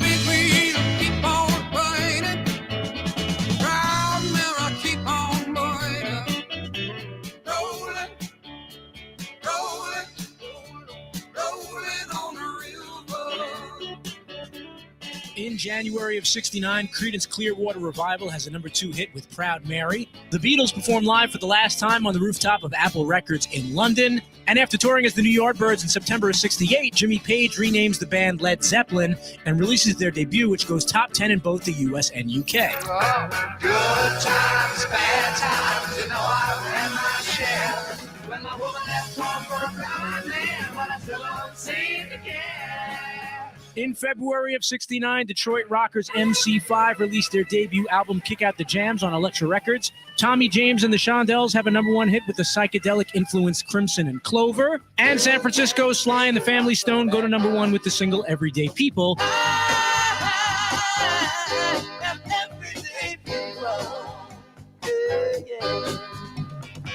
Keep listening to iHeartRadio for more from 1969. Coming up. Now, a year in rock spotlight, 1968. Born to be wild.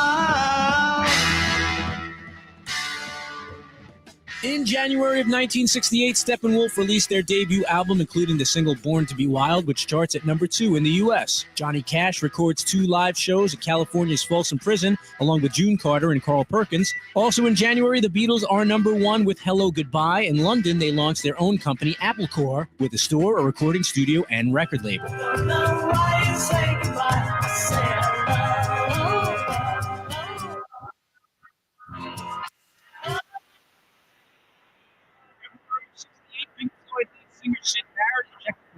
Electric Hospital, and the band replaces him with David Gilmour. The Beatles, Donovan, Mia Farrow, and others travel to India to study transcendental meditation with Maharishi Mahesh Yogi. And Bill Graham opens the Fillmore East concert venue in an abandoned New York City theater. April of 1968, the musical Hair opens on Broadway for the first of 1,750 performances. It would spawn several top 40 hits, including Aquarius, Good Morning Starshine, and Hair. Simon and Garfunkel released their album Bookends, which goes to number 1 in the US and the UK. The single Mrs. Robinson would go to number 1 in June, thanks to the movie The Graduate. God bless you, please, Mrs. Robinson. Heaven holds a place for those who pray. Hey, hey, hey. Hey, hey, hey. Keep listening to iHeartRadio for more from 1968, coming up. Now, a year in rock spotlight, 1968. California's Creedence Clearwater Revival released their debut LP, which contains the number 11 single Susie Q.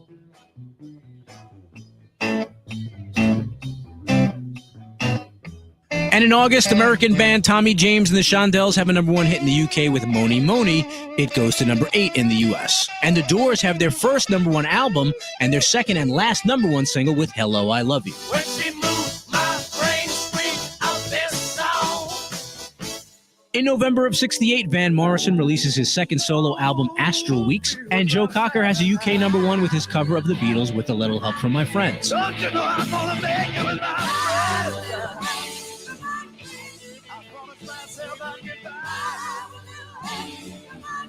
Said I'm gonna try it with you.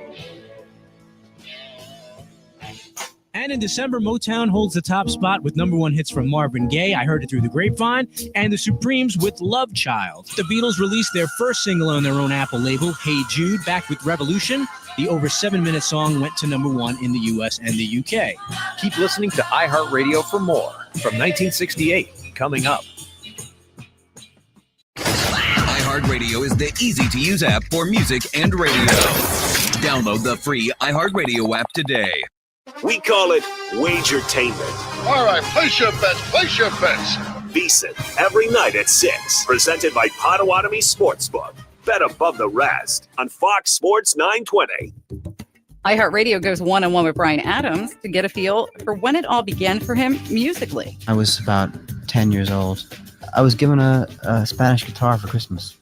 And so, I wanted a drum kit, but I ended up getting a Spanish guitar. And I guess things sort of just turned around from then.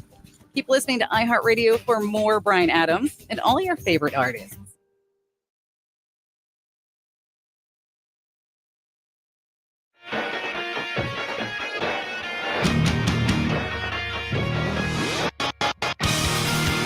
It's D.N.D. on the game. Doug Russell, Nick Bruzewitz, and Dave Gasper on this Wednesday, November 19th. It's the Packers taking on the Minnesota Vikings Sunday at noon. I'll get things started with Packers game day at 8 a.m. If you're listening in Milwaukee on the big 95.7. If you're listening in Madison, we do that show on 1070 The Game. Or you can just listen worldwide on the iHeartRadio app. From 8 until 10 live from Lambeau Field. All right, speaking of Lambeau Field, that's where Packers head coach Matt LaFleur is. He's meeting the media ahead of today's first practice of the week, getting set for the aforementioned Minnesota Vikings. Read social media. He's going to start practicing.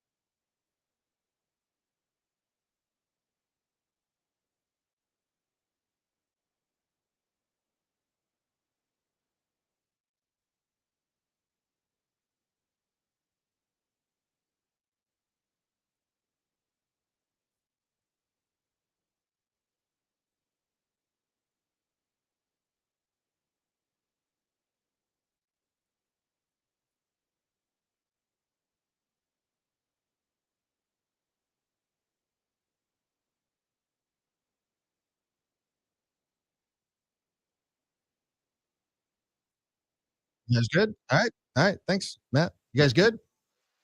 Yes, we are. So a couple of takeaways there from Matt LaFleur's news conference. Jaden Reed not yet cleared to practice yet.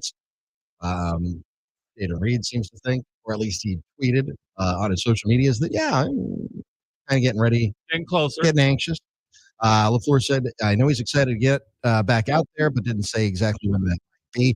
Also, just heard Josh Jacobs practice today, but he's day to day, not really out for Sunday either. But we have a plan. You have a plan for Josh Jacobs? Yes. Can you share that with us? No. Well, once you give me the job, I'll give you the plan. Yeah. Well, how do we have the to plan? try and get him healthy enough to go? It's going to be a day by day thing, and we'll see how he progresses. That sounds like but listen. One thing about LaFleur, and all college all football coaches, whether it's college, they feel like they're holding states, right? Some of these guys, if they weren't football coaches, they could have gone into the CIA. Or as Can't tell closely, you that. Classified.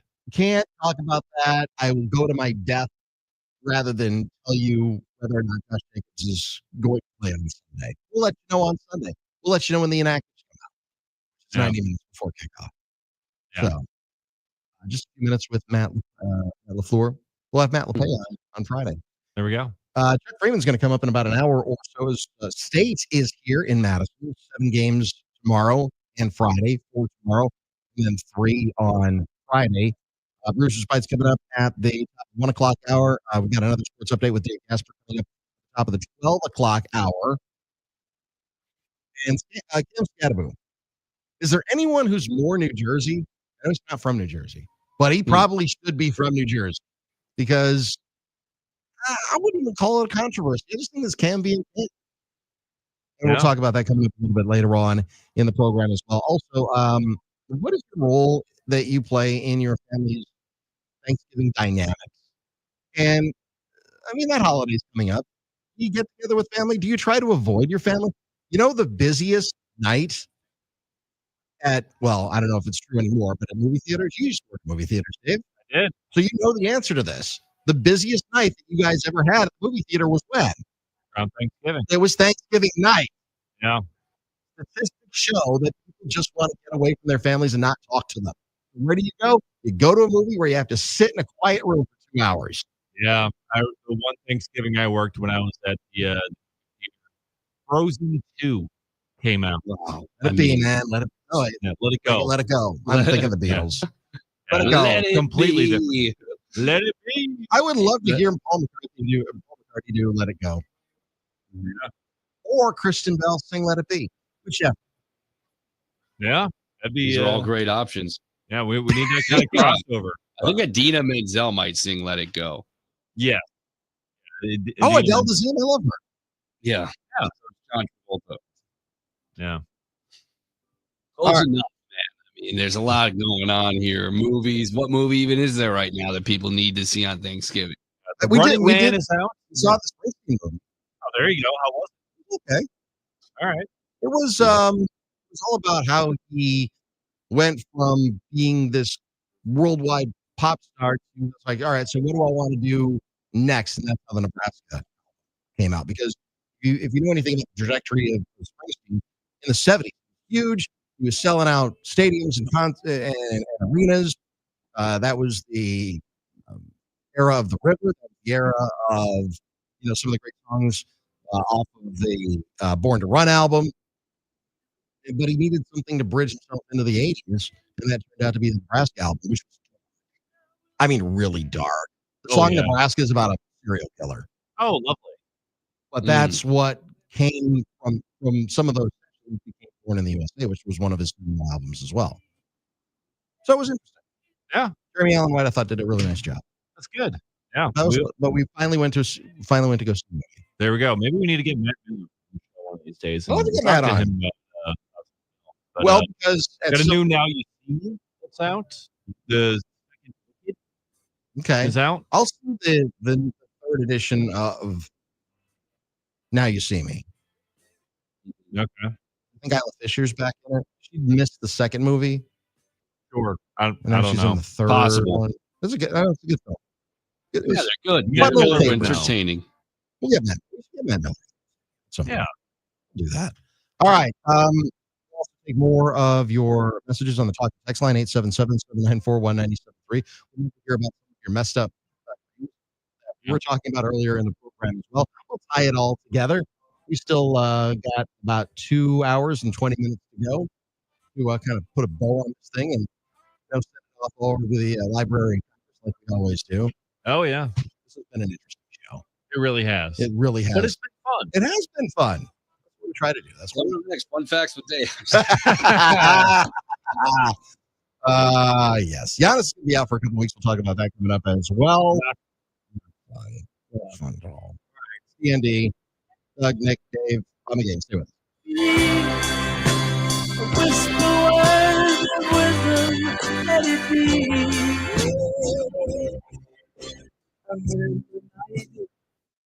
Day 2. Yes. D.N.D. will be back in just a moment.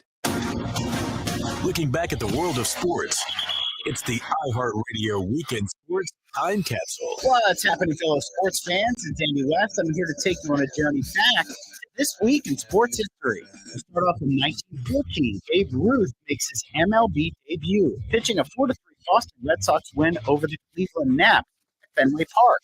This week in 1934, Carl Hubble strikes out Babe Ruth, Lou Gehrig, Jimmy Fox, Al Simmons, and Joe Cronin in succession. The American League comes back to win the All-Star game 9-7 at the Polo Grounds. Staying in baseball this week in 1955, St. Louis's Dan Musial hit Frank Sullivan's first pitch of the 12th inning for a home run to give the National League All-Star team a 6-5 victory over the American League at Milwaukee's County Stadium. The American League had led 5-0 after 6 innings. This week in 1972, Robert Irsay buys the stock of the LA Rams for $19 million and swaps the franchise for the Baltimore Colts. Players and coaches are not affected. This week in 1999, Team USA wins the Women's World Cup over China in sudden death. The Americans win 5-4 in penalty kicks, with defender Brandy Chastain kicking the game winner. And this week in 2010, Brian McCann's 3-run double in the 7th inning provided the National League all the offense it needed to capture its first Midsummer Classic since 1996, with a 3-1 victory. And that's just some of what happened this week in sports history. The Weekend Sports Time Capsule on iHeartRadio. Now, a year in rock spotlight. 1973. Led Zeppelin released their 5th album, Houses of the Holy. It goes to #1 in the U.S. and the UK, and yields the top 40 hit Dire Maker.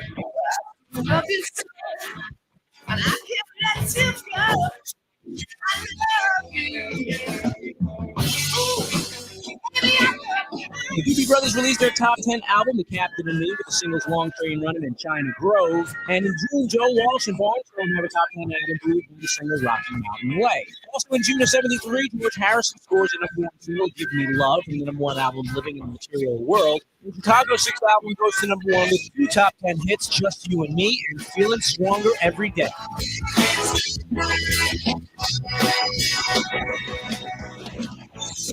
In July, 600,000 Jam Watkins Glen. The Summer Jam, the largest rock festival ever held in the U.S. It features the band, the Grateful Dead, and the Allman Brothers. And in August, those same Allman Brothers released their first album after the death of Dwayne Allman and had their only hit single with Ramblin' Man, which goes to #2.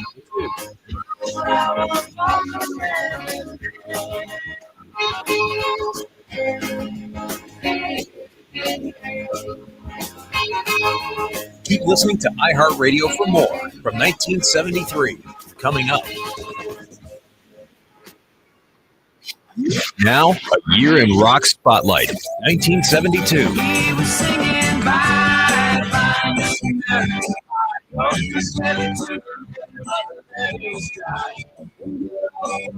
drinking whiskey, this will be the day that I die. 1972, Don McLean goes to #1 with the single and album American Pie. Paul Simon's solo debut gives him a top 10 hit, Mother and Child Reunion. Fast forward to March, where Neil Young has a #1 album and a #1 single with Heart of Gold. And Deep Purple released their quintessential album Machine Head, which goes to #1 in the UK, #7 in the US, and features the classic hit Smoke on the Water.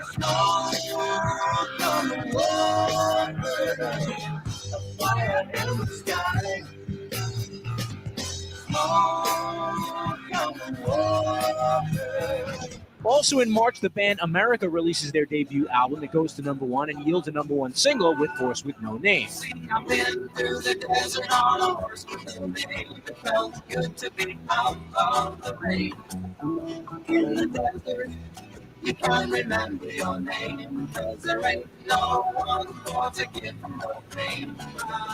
Keep listening to iHeartRadio for more from 1972. Coming up. iHeartRadio goes one-on-one with Rod Stewart to clarify what he meant when saying, "A person I used to know," wrote Maggie May. You Wear It Well, Mandolin Wind, and Forever Young.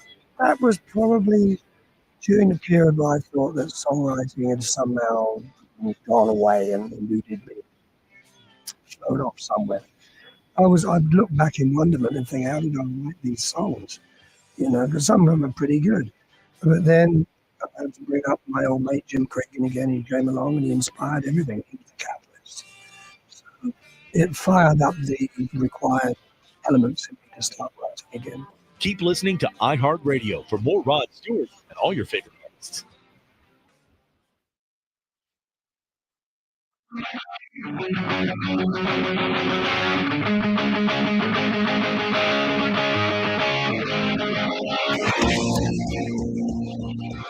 It's D.N.D.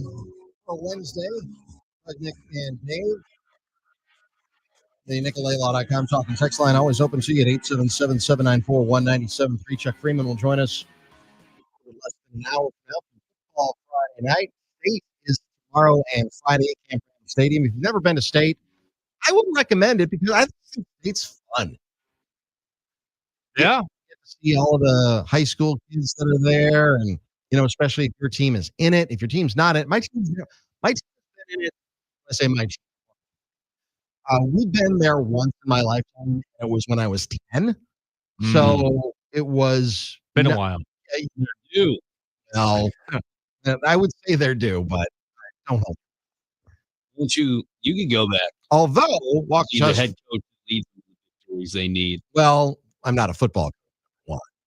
Number two, our former football coach is at State right now with Arrow.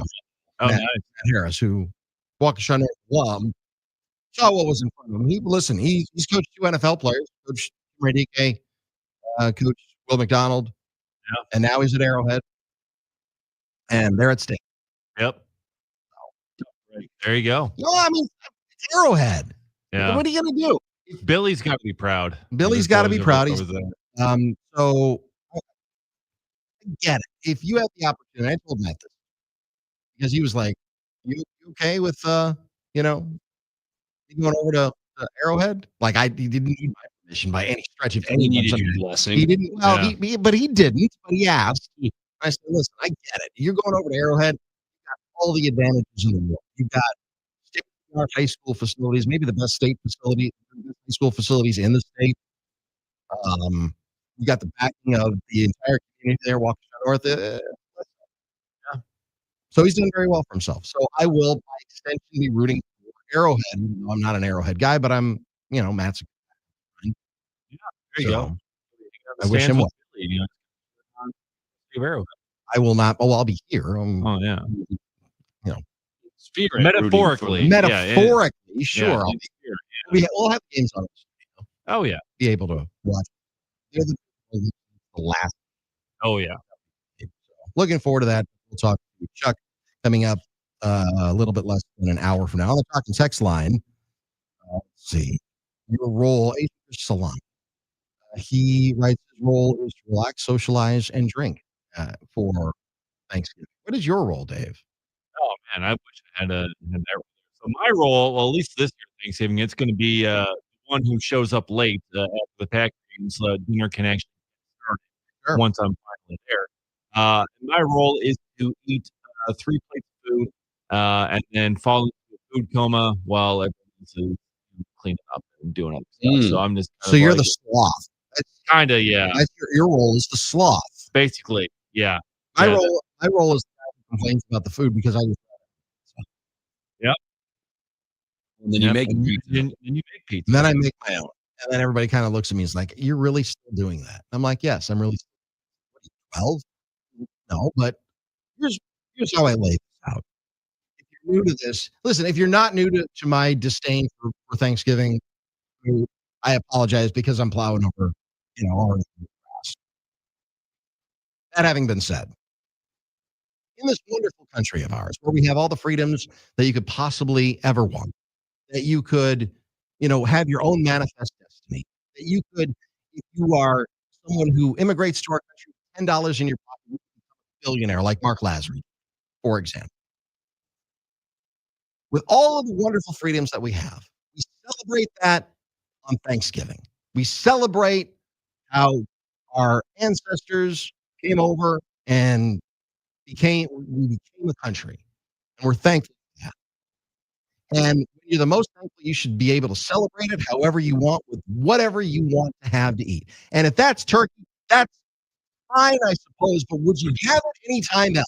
Would you have turkey and cranberries and the green bean casserole, which is disgusting? Would you have any of that in July? Would you have it for your birthday? Would you have it for any other day of the year other than somebody with really good marketing told you this is what you have to have on Thanksgiving? Because we've been brainwashed as a society that we have to have this crap last Thursday of every November. We have been brainwashed by somebody who says, know what? Cranberries good for Thanksgiving. Oh, green bean casserole? Absolutely. You know when we should have that? Thanksgiving. The marketing has been incredible for Thanksgiving food. It's all garbage. All right. I would never have a turkey leg at any other, it would never be offered to me any other day of the year. Not even at a state fair, huh? Not even at, no, if I'm going to the state fair, it's going to be something. Going to the state fair, I'm having something deep fried on a stick, and it ain't going to be turkey. Well, you said it's not going to be offered to you. It's available. It's offered to you. You just take it. I mean, I've always wondered when that turkey is dry and flavorless, and that's what you have gravy for. You're nasty. And what is gravy? Gravy is just sauce. Yeah, and it's fantastic. Sauce for. Yeah, sauce is the you gotta get lost in the sauce here, Doug. So, okay, well, you make your pizza without it's sauce. Just gravy on top. You know what I mean? I would rather have pizza sauce. I had to have turkey sauce on turkey because I like that better than the gravy. Just you want like tomato sauce, marinara sauce on. So my wife asked me what, because my birthday, didn't get a chance to celebrate it last weekend. Just things like this. So my in-laws wanted to take me out for my birthday just later. And so we're going to do it this weekend. And they suggested Mexican. I don't mind. Mexican food is fine. Yeah. But if it's my birthday and I'm choosing, we're doing Italian because that's what I like. If it's your birthday, you can have whatever you want. Be there with bells on. And if you want turkey on your birthday, which no one does. Yeah. Okay. Okay. Slightly judging you, but go for it. Slightly judging you, but okay. My birthday, I generally go with steak. Steak's great. Yeah, steak is great. Steak's awesome. Steak is a Popeyes is doing turkey these days. Did you do that? No. What? I'm not trusting Popeyes. Popeyes is doing turkey. You just schedule it in advance. You pick up your Popeyes turkey on day of. We have been brainwashed thinking that turkey and stuffing and green bean casserole and cranberry. We have been brainwashed into thinking that this stuff is any good. It's just hot garbage. Okay. See, you seem like someone who would throw turkeys out of the helicopter for the great turkey drop. As God is my witness, I knew they'd splat on the ground. I mean, and that's why I make pizza on Thanksgiving. That's the moral. Right. That's the moral of the story. It's tradition. I just eat it. It's tradition. Hour number 2, it used to be a tradition too. Hour number 3 is coming up straight ahead. Stay with us. Want to watch D.N.D? They're live on YouTube, Facebook, and X right now. I like more. 97.3 The Game.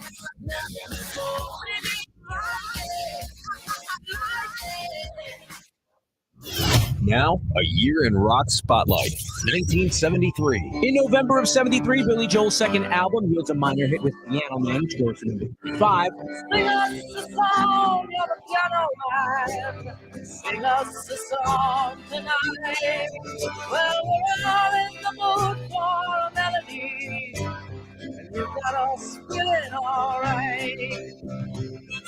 Ringo Starr continues his solo success with the number 2 album and 3 top 10 hits, including 2 number 1s, Photograph and You're 16. Meanwhile, John Lennon releases his 4th solo album, Mind Games, which goes to number 9 in the U.S.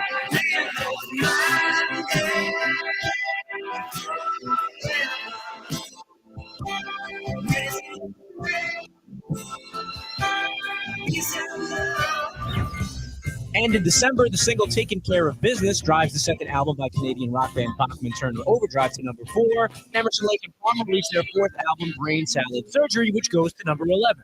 And after passing away in a plane crash in September, Jim Croce has a posthumous number 1 with Time in a Bottle. Looked around enough to know what I want to go through. Keep listening to iHeartRadio for more from 1973. Coming up. Now, a year in rock spotlight, 1975. In September, the Isley Brothers had the number 1 album, The Heat Was On, earned by the number 4 single, Fight the Power. Alive is a 2-record live album that goes to number 9 for Kiss. They released the single Rock and Roll All Night, which goes to number 12.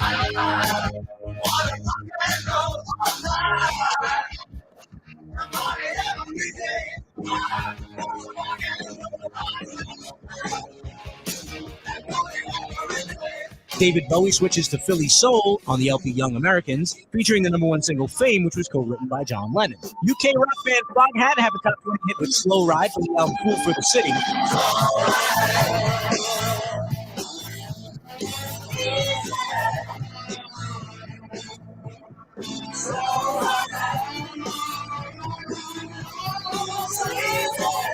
In October of 75, Pink Floyd released their follow-up to Dark Side of the Moon. Wish You Were Here goes to number 1 in the US and the UK. How we found same old thing. Wish you were here. Keep listening to iHeartRadio for more from 1975. Coming up. Now, a year in rock spotlight, 1978. In January of 1978, the Saturday Night Fever soundtrack is released featuring the music of the Bee Gees. It hits number 1 in the U.S. for more than 6 months. And at least 18 weeks at number 1 in the UK, it becomes the best-selling soundtrack album of all time.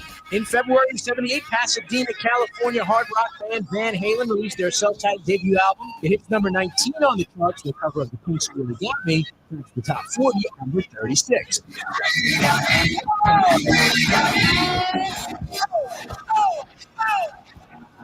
In March, the Martin Smith released their 3rd album, Easter. It goes to number 20. Their single Because the Night goes to number 13. It was co-written with Bruce Springsteen.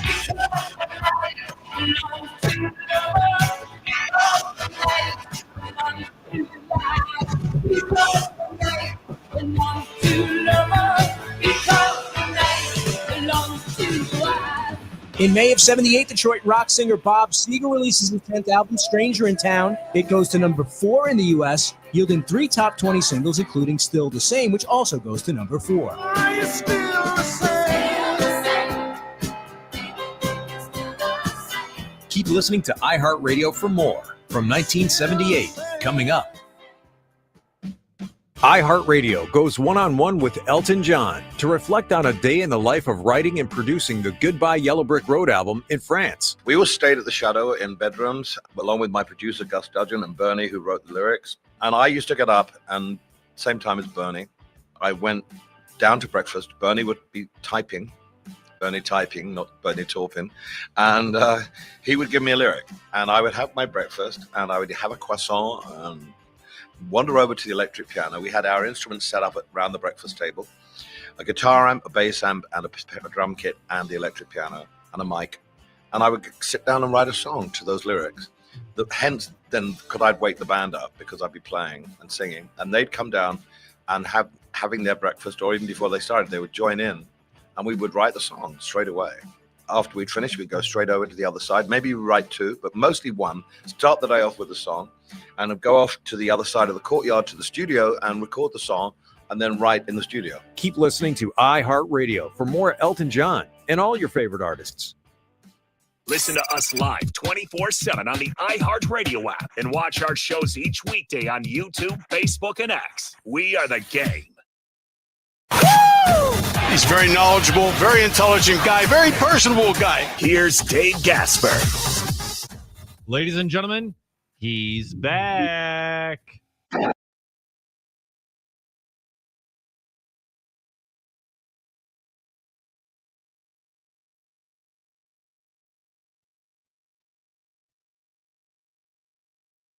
Big Woo is back in Milwaukee, accepting the $22 million qualifying bombs offer for another year. Yeah, totally not going to be DH4.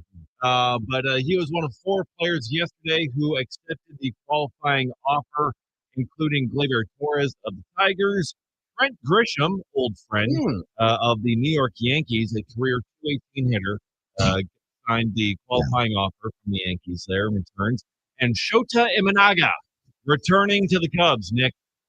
Yeah, happy to hear it. I think that starting pitching was a major problem for them this year, and Shota has proven to be pretty good when he's not giving up home runs, as you show or played back a home run there from Woody. Cubs got to do what they got to do, man. I was fearful that they were just going to pack it in for this season and then try and figure out things after the lockout. So at least in the regard here, the player decided to stick around. Yeah, but Kyle Tucker likely won't be. He he's declined his qualifying offer, and he will hit the open market. And sounds like Kyle Tucker's not returning to Chicago. That's okay. Wasn't a good fit. I think that his production was frustrating, certainly for the majority of the second half of the year. Somehow he gets a Silver Slugger, so that's good. Yeah, good for him. And he'll get several $100 million from someone else this offseason. In further MLB news, they are set to announce their new TV deals today with NBC, Netflix, and ESPN. So NBC will become the new home of the first round of the playoffs and Sunday Night Baseball. And Interesting. Netflix will get a standalone primetime game on opening day, the Home Run Derby, and the Field of Dreams game. So that's all going to be on Netflix. Okay. And ESPN gets the rights to out-of-market games for all 30 MLB teams and 6 in-market clubs. So those 6 clubs, you would think, Yankees, Dodgers, and Cubs. But ESPN was getting out of the baseball business.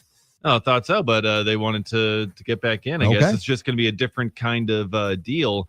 But the 6 in-market rights that ESPN gets are the Colorado Rockies, the Minnesota Twins, the Arizona Diamondbacks, San Diego Padres, and Cleveland Guardians. And Seattle Mariners. So these are the teams that they lost their local TV rights. So it's been MLB TV that runs them and runs their broadcasts for fans to watch. So ESPN now they'll need gets, ESPN Plus.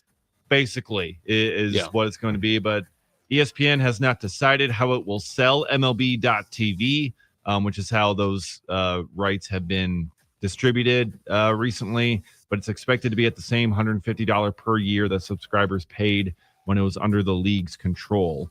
But just as long as Colorado Rockies fan can find the games for them. Yeah. I think that's important. That poor Colorado Rockies fan. Yeah. I mean, it's just rough life over there. But so some big news in the TV world there for baseball. The Browns have officially named Shedeur Sanders their starter this week as Dylan Gabriel remains in concussion protocol. The Falcons, they've lost quarterback Michael Penix Jr. He just underwent ACL surgery on his left knee today. He is out for the remainder of the season. And football is going back to Brazil next season. NC State and Virginia will be heading down to Brazil, and they're going to be playing a game next season. Are they going to be playing it in Sao Paulo, or are they going to be playing in Rio? I have not seen details as to where exactly, just that it will be in Brazil. Okay. So I'm guessing perhaps one of the spots that the NFL has played, probably Sao Paulo or Brazil. One of the Don't bigger invite cities there. Ryan Lochte. Yeah, I don't think Ryan Lochte is going to get invited. I don't know why he would, but he's famous around those parts. Yeah. NC State and Virginia. Redemption tour. I just started watching the first season of The Traitors on Peacock, and he's part of the cast. Oh, nice. So I was a Lochte guy. Acting, yeah. Yeah, I mean, that's a reality TV show. You know, you were such a rascal, you know, as a youth, Nick, as you've told us about. So it's not surprising that you were a Lochte guy. Well, you know, he was an American swimmer. He was trying to, you know, Phelps is phasing out. Lochte might be that next guy. And it you know, he never really panned out to be a star. It was just all the nonsense out of the pool, I suppose. I was going to say off the field. That's not really the field. Not quite. But there was just always this underlying, I'm an idiot, and I'm going to play up the fact that I'm an idiot. Whereas I don't know that he was an idiot. I mean, he was a highly trained athlete. Yeah, but he's not exclusive. But he played up to it. He you know, which you don't have to be wealthy, but it's swimming to be that good and be at the highest level. There's a lot of resources needed, so I wouldn't be shocked if he's just kind of been maybe a spoiled gentleman his entire life, right there. I don't know, because there are certain sports that are more expensive than others, and I don't know that swimming is the most expensive sport there is. You just need a pool. No, it's cheap at the base level, but I think my argument would be just the resources to get to be the best in the world. I mean, you heard Phelps trained every day for 6 hours for how many straight years? I mean, that's a lot of money has to go into that. Yeah. If you're there's training, that you got to do in time, but if you're good enough, you wind up going to the Colorado Springs, where they have the aquatic center.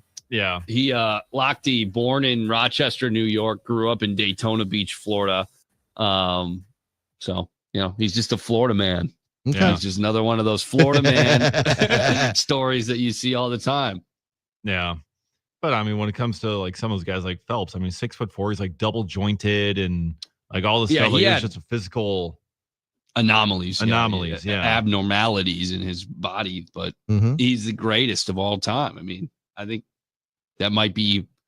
I mean, if Victor Wembanyama ends up being a superstar, and there's arguments about him being one of the greatest of all time, I mean, physically, there aren't many humans on the earth that are what he is. Similar to Giannis. The video of him dunking over Draymond, where Draymond's just like trying to body him up and then just alley-oop, and he just basically just stands there, grabs it, throws it down. It's like that's why I will never say, well, there will never be another whomever. There will never be another Michael Jordan. There will never be another LeBron James. There will never be another Michael Phelps. You don't know that. There might be. Possible. Could be. There always could be. Might take a while. We thought there would never be another Babe Ruth, and now here's Shohei Ohtani, who's doing that far better than Babe Ruth ever did. Never say that there could never possibly be another. Never say never. Because somebody is going to challenge that, and Victor Wembanyama might be that guy, just that athletic freak who can do everything on a basketball court. And by the way, he's larger than everyone else. Yeah. And, he could be Victor Wembanyama could be the greatest of all time when all is said and done. And there won't be a debate about it. Yeah. Not there yet. No, but you got to stay healthy. I mean, a lot of things have to happen. He has to have team success. The Spurs have to be really, really good. You've got to, surround himself with good teammates like Michael Jordan did, and LeBron James did, and Kobe Bryant did, and Shaquille O'Neal did, and Dwayne Wade did. All of the great players in basketball history surrounded themselves with great teammates. Bill Russell, Bob Cousy, John Havlicek from those great Celtics teams. A lot of things have to happen for you to be considered the GOAT. And, team success is a huge part of that. But, the jury is still well out. They haven't even presented the case yet. I don't even think they've picked the jury yet. Yeah. We got ways to go. But it could happen. It could. It's possible. Maybe they'll call him the French freak, like they call Giannis the Greek freak. Gotta call him something else. Yeah. There's got to get more creative with the nickname. I mean, Wemby is just kind of. But that's his name. It's a play off of his name. The reason that they called Giannis the Greek freak is that nobody knew how to pronounce his name. Yeah. Yeah. It makes They've sense. been calling him the Alien. Okay. That's solid. And he has a shoe brand now that's based off of alien imagery. So okay, you can lean into that. Is it the little green men? Like how you can go out to Roswell. There's so many different ways that you could have the alien imagery because no one knows. They lean into it, and if you go to New Mexico, they kind of lean into the whole alien thing. Oh, 100%. So, as they should, because what else is there to do in New Mexico? White Sands National Park is in New Mexico. Oh, okay, yeah. Carlsbad Caverns. Visit National the Park. home of Walter Mason White. Posa. Oh no, Sure. Yeah, home of Mason Posa, also the home of Walter White out there in Albuquerque. My Uncle Ken lives in New Mexico. Sure. Go visit Uncle Ken. There you go. New Mexico. Gosh. Yeah. Go to the Four Corners. You can do that. You can stand in, 4 states at the same time. Yeah, I did that once. How do you stand in? I mean, because do you put half a foot in each on each side? Yeah. Gotcha. Yeah. Because there's Gotcha. a point I where, wasn't sure if you were there's doing 4 corners. If you really wanted to, you could, Nick. That's what I was saying. I wasn't sure if you were Is there anything else to do there? No. It's in the middle of nowhere. Not much, yeah. Basically, just like trying what to happens bunch of if sand. if you're being pursued by a law enforcement officer in one of those states, can you jump states? You no longer have jurisdiction. You see that there all the time. No, you don't. No. So you just dive over.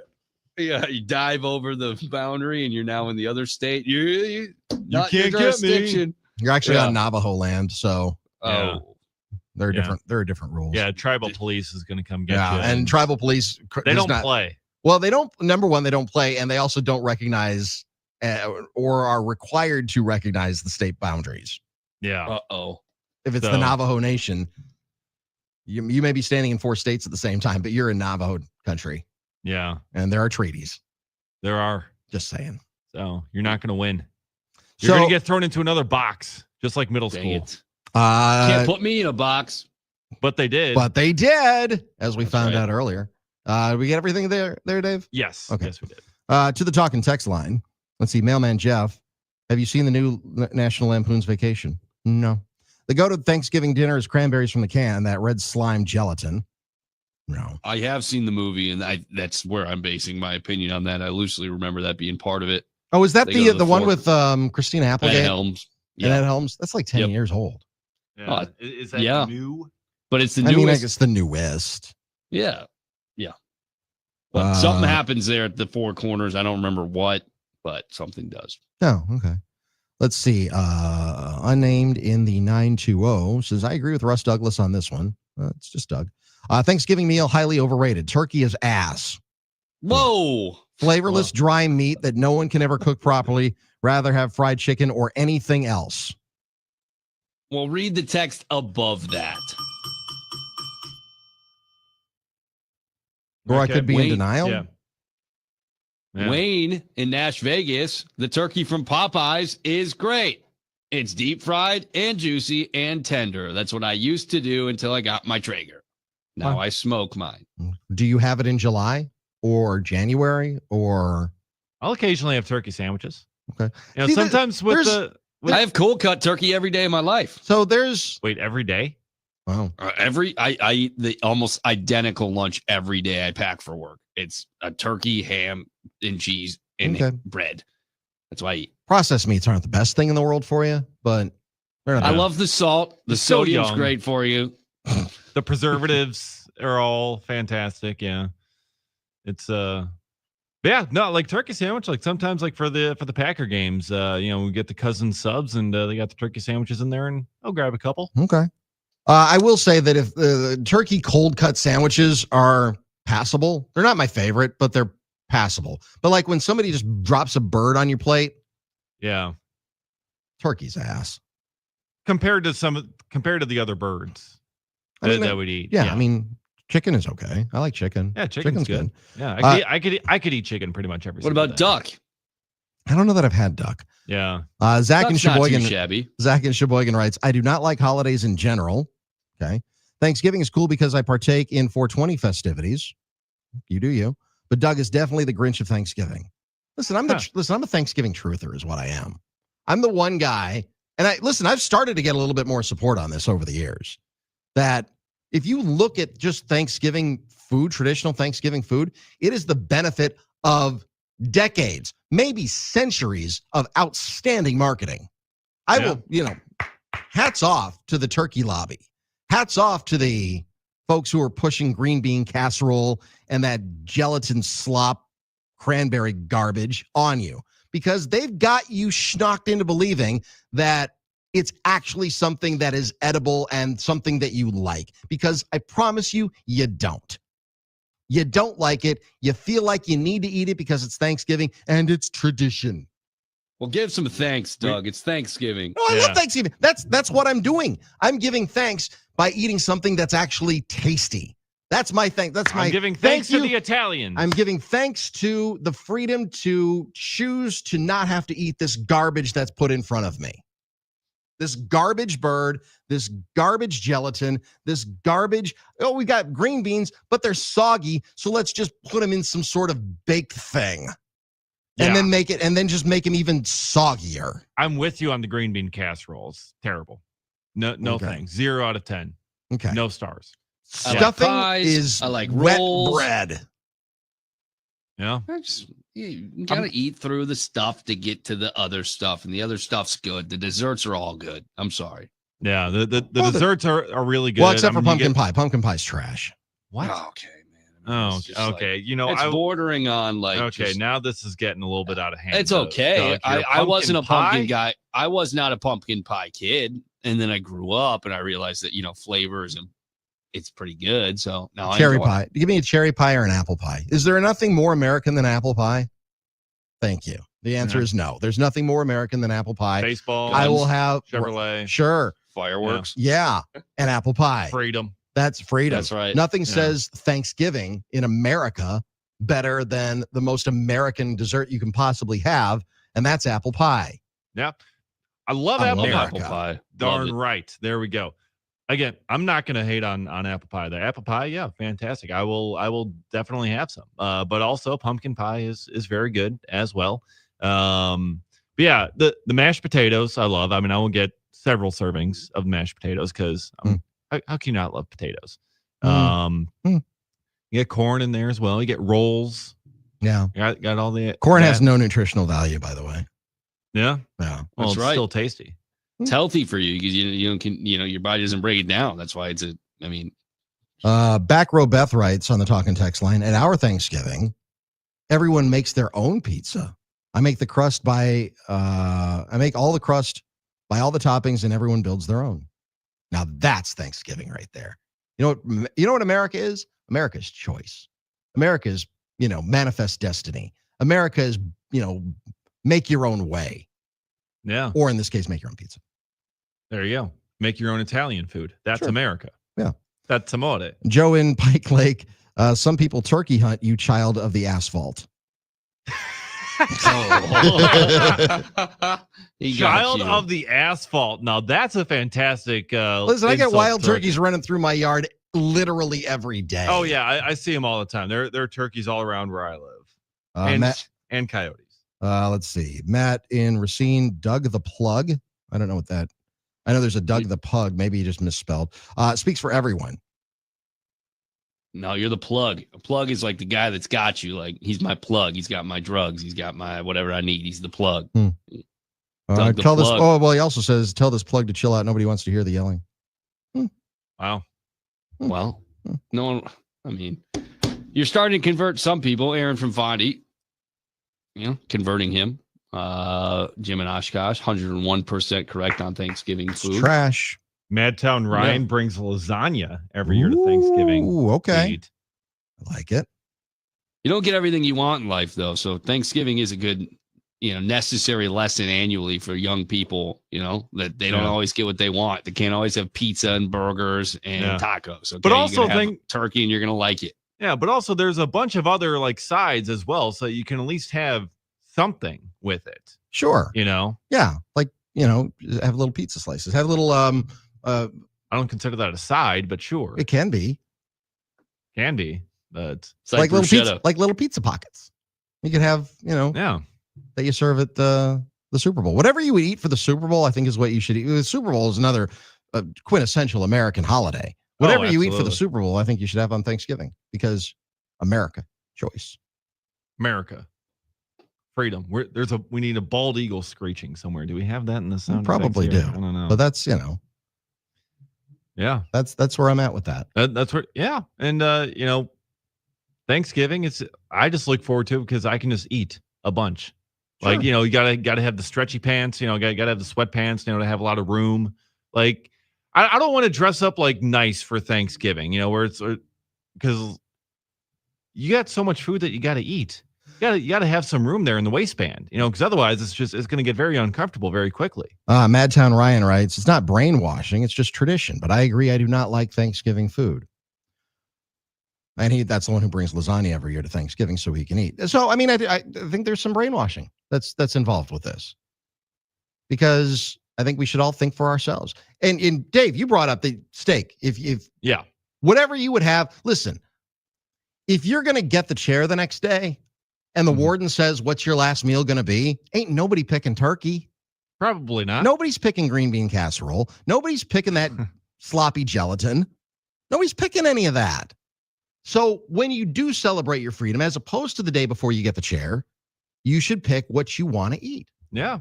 Well, speaking of, there was this guy in South Carolina who basically just got that, got the firing squad, his last meal. Yeah. What do you got? Spicy mixed seafood stir fry over rice, fried fish over rice, 2 egg rolls, 3 stuffed shrimp, duck and soy sauce, candy bars, German chocolate cake, and a couple of Pepsis. Now that's the way I want to go out.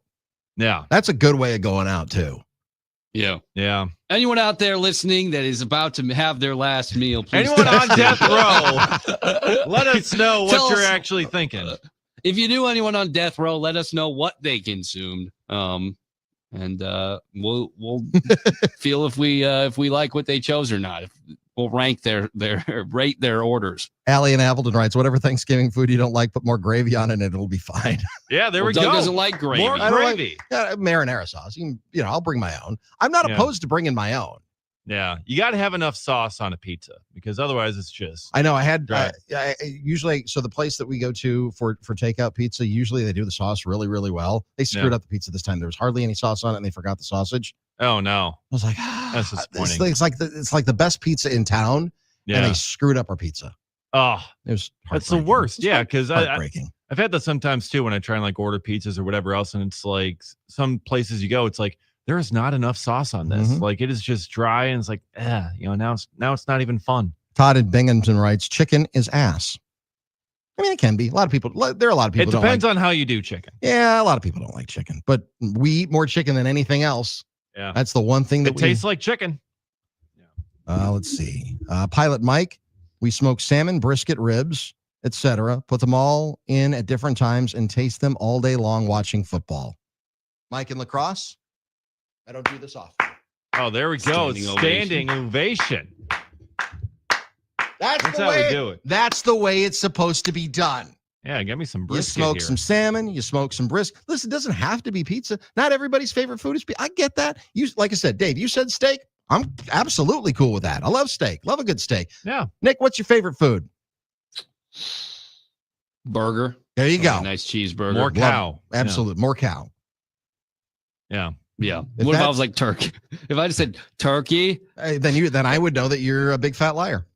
Well, there's someone out there who loves turkey, man, and you're now making them feel, I just think they're wrong. Feel bad about themselves. Chuck, you're going to put turkey farmers out of business. Nah, I think their business is still good. No, I mean, like I said, the marketing has been chef's kiss. Good for them. Oh yeah. You got kids making hand turkeys in school and all that. Listen, I am just one advocate. I'm just one person who's, like I said, the Thanksgiving truther over here. Is this like those what are they, Grubhub ads that are like sports are just blah blah blah to sell food? Uber Eats. And it's like Uber Eats. And now I think about it, bowling. Turkey. There's turkey in the bowling game. And you eat food turkey in a bowl. Oh my goodness gracious! It's all a scheme to get us to buy food. Right. Chuck Freeman's coming up in about 10 minutes or so. We will check in with him. He's the host of Football Friday Nights on the Learfield Radio Network. Of course, that is a show that is produced out of this building, but it is statewide, and state starts tomorrow at Camp Randall Stadium, runs through Friday night. We'll get his thoughts on that coming up in just a few minutes. Keep them coming on the talk and text line. What is your favorite Thanksgiving food and tradition, and why traditions aren't always good? Listen, there are a lot of traditions that are just bad traditions. Green bean casserole is not a good tradition. It's a tradition, but I mean, it's a good one. Yeah. Losing in October every year. Not a great tradition. But nevertheless a tradition. Nevertheless a tradition. Yeah. The book the lottery. That was about a tradition. It meant somebody gets stoned to death. Oh, yeah. Every year as a gift to the gods for the harvest. Oh, yes. And it was a great tradition until you picked the wrong rock. Yeah. There's a parable there. There's a lesson there. It means There that all is. traditions aren't good traditions. It just means it's just something that's been going on for a long time. Why? Just because. Yeah. Or who are we throwing into the volcano this year? Right. Same principle. Yeah. Same principle.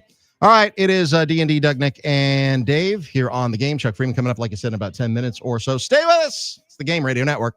And shame, you're playing with your food, this ain't some kind of game. Now if you starve to death, you'll just have yourself to blame. So eat it, just eat it. You better listen, better do what you're told. You haven't even touched your tuna casserole. You better Stay tuned. Yes. D.N.D will be back in just a moment. I'm Bridget Condon with NFL Network Now on the Westwood One Radio Network. Texans head coach D'Amico Ryans officially ruled out quarterback C.J. Stroud for Thursday's game against the Bills with a concussion. Davis Mills will start again for Houston. The Steelers look to have avoided a major setback as quarterback Aaron Rodgers fractured his wrist but will not need surgery, according to head coach Mike Tomlin. According to NFL Network insiders Ian Rappaport and Tom Pelissero, Rodgers is pushing to play Sunday at Chicago, but doctors must clear him and his status moving forward is to be determined. Joe Burrow will participate in 11-on-11 drills this week and will be evaluated throughout the week. Burrow did play 7-on-7 drills in practice last week and felt good, according to head coach Zach Taylor. Taylor says Burrow is in the mindset that he wants to play football this year, but there's no timeline for his return. The Bengals host the Patriots on Sunday. This has been NFL Network Now on the Westwood One Radio Network.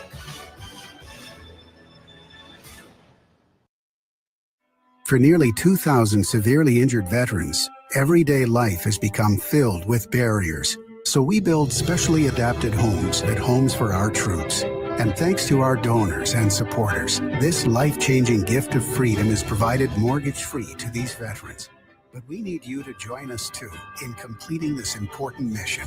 Please visit hfotusa.org and help build homes and rebuild lives.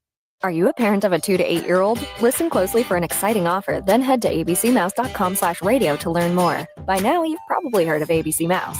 ABC Mouse is like a little one-on-one teacher. It has helped her so much. We're offering a promo at abcmouse.com/radio to try it for free for a month, then $14.99 per month until canceled. Go to abcmouse.com/radio to see this offer. That's abcmouse.com/radio. Actual ABC Mouse users compensate for their testimonials, sponsored by Age of Learning. Now, a year in rock spotlight, 1973.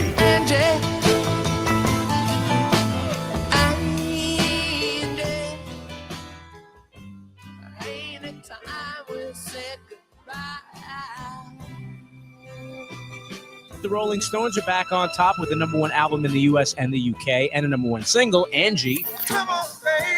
Let's Get It On is a #1 single and a #2 album for Marvin Gaye. Also in August of '73, Stevie Wonder is back with the #4 album, Inner Visions. And Florida band Leonard Skinner released their debut album, had a top 20 hit with Freebird, and tour opening for The Who.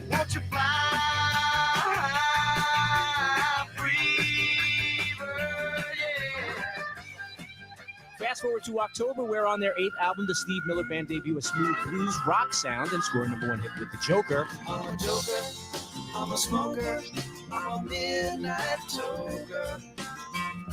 I sure don't want to hurt no one.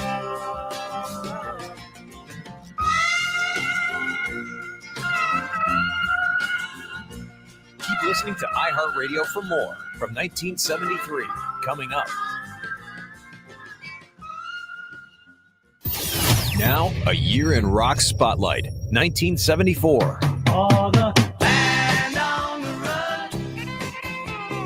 Band on the run. In January of 1974, the top-selling album of the year is released, Paul McCartney and Wings' Band on the Run. Bob Dylan, backed by the band, has his first #1 album with Planet Waves. In February, Jersey City's Kool and the Gang have a top 5 hit with Jungle Boogie. New York City's Kiss released their debut, which sells 75,000 copies without a hit single.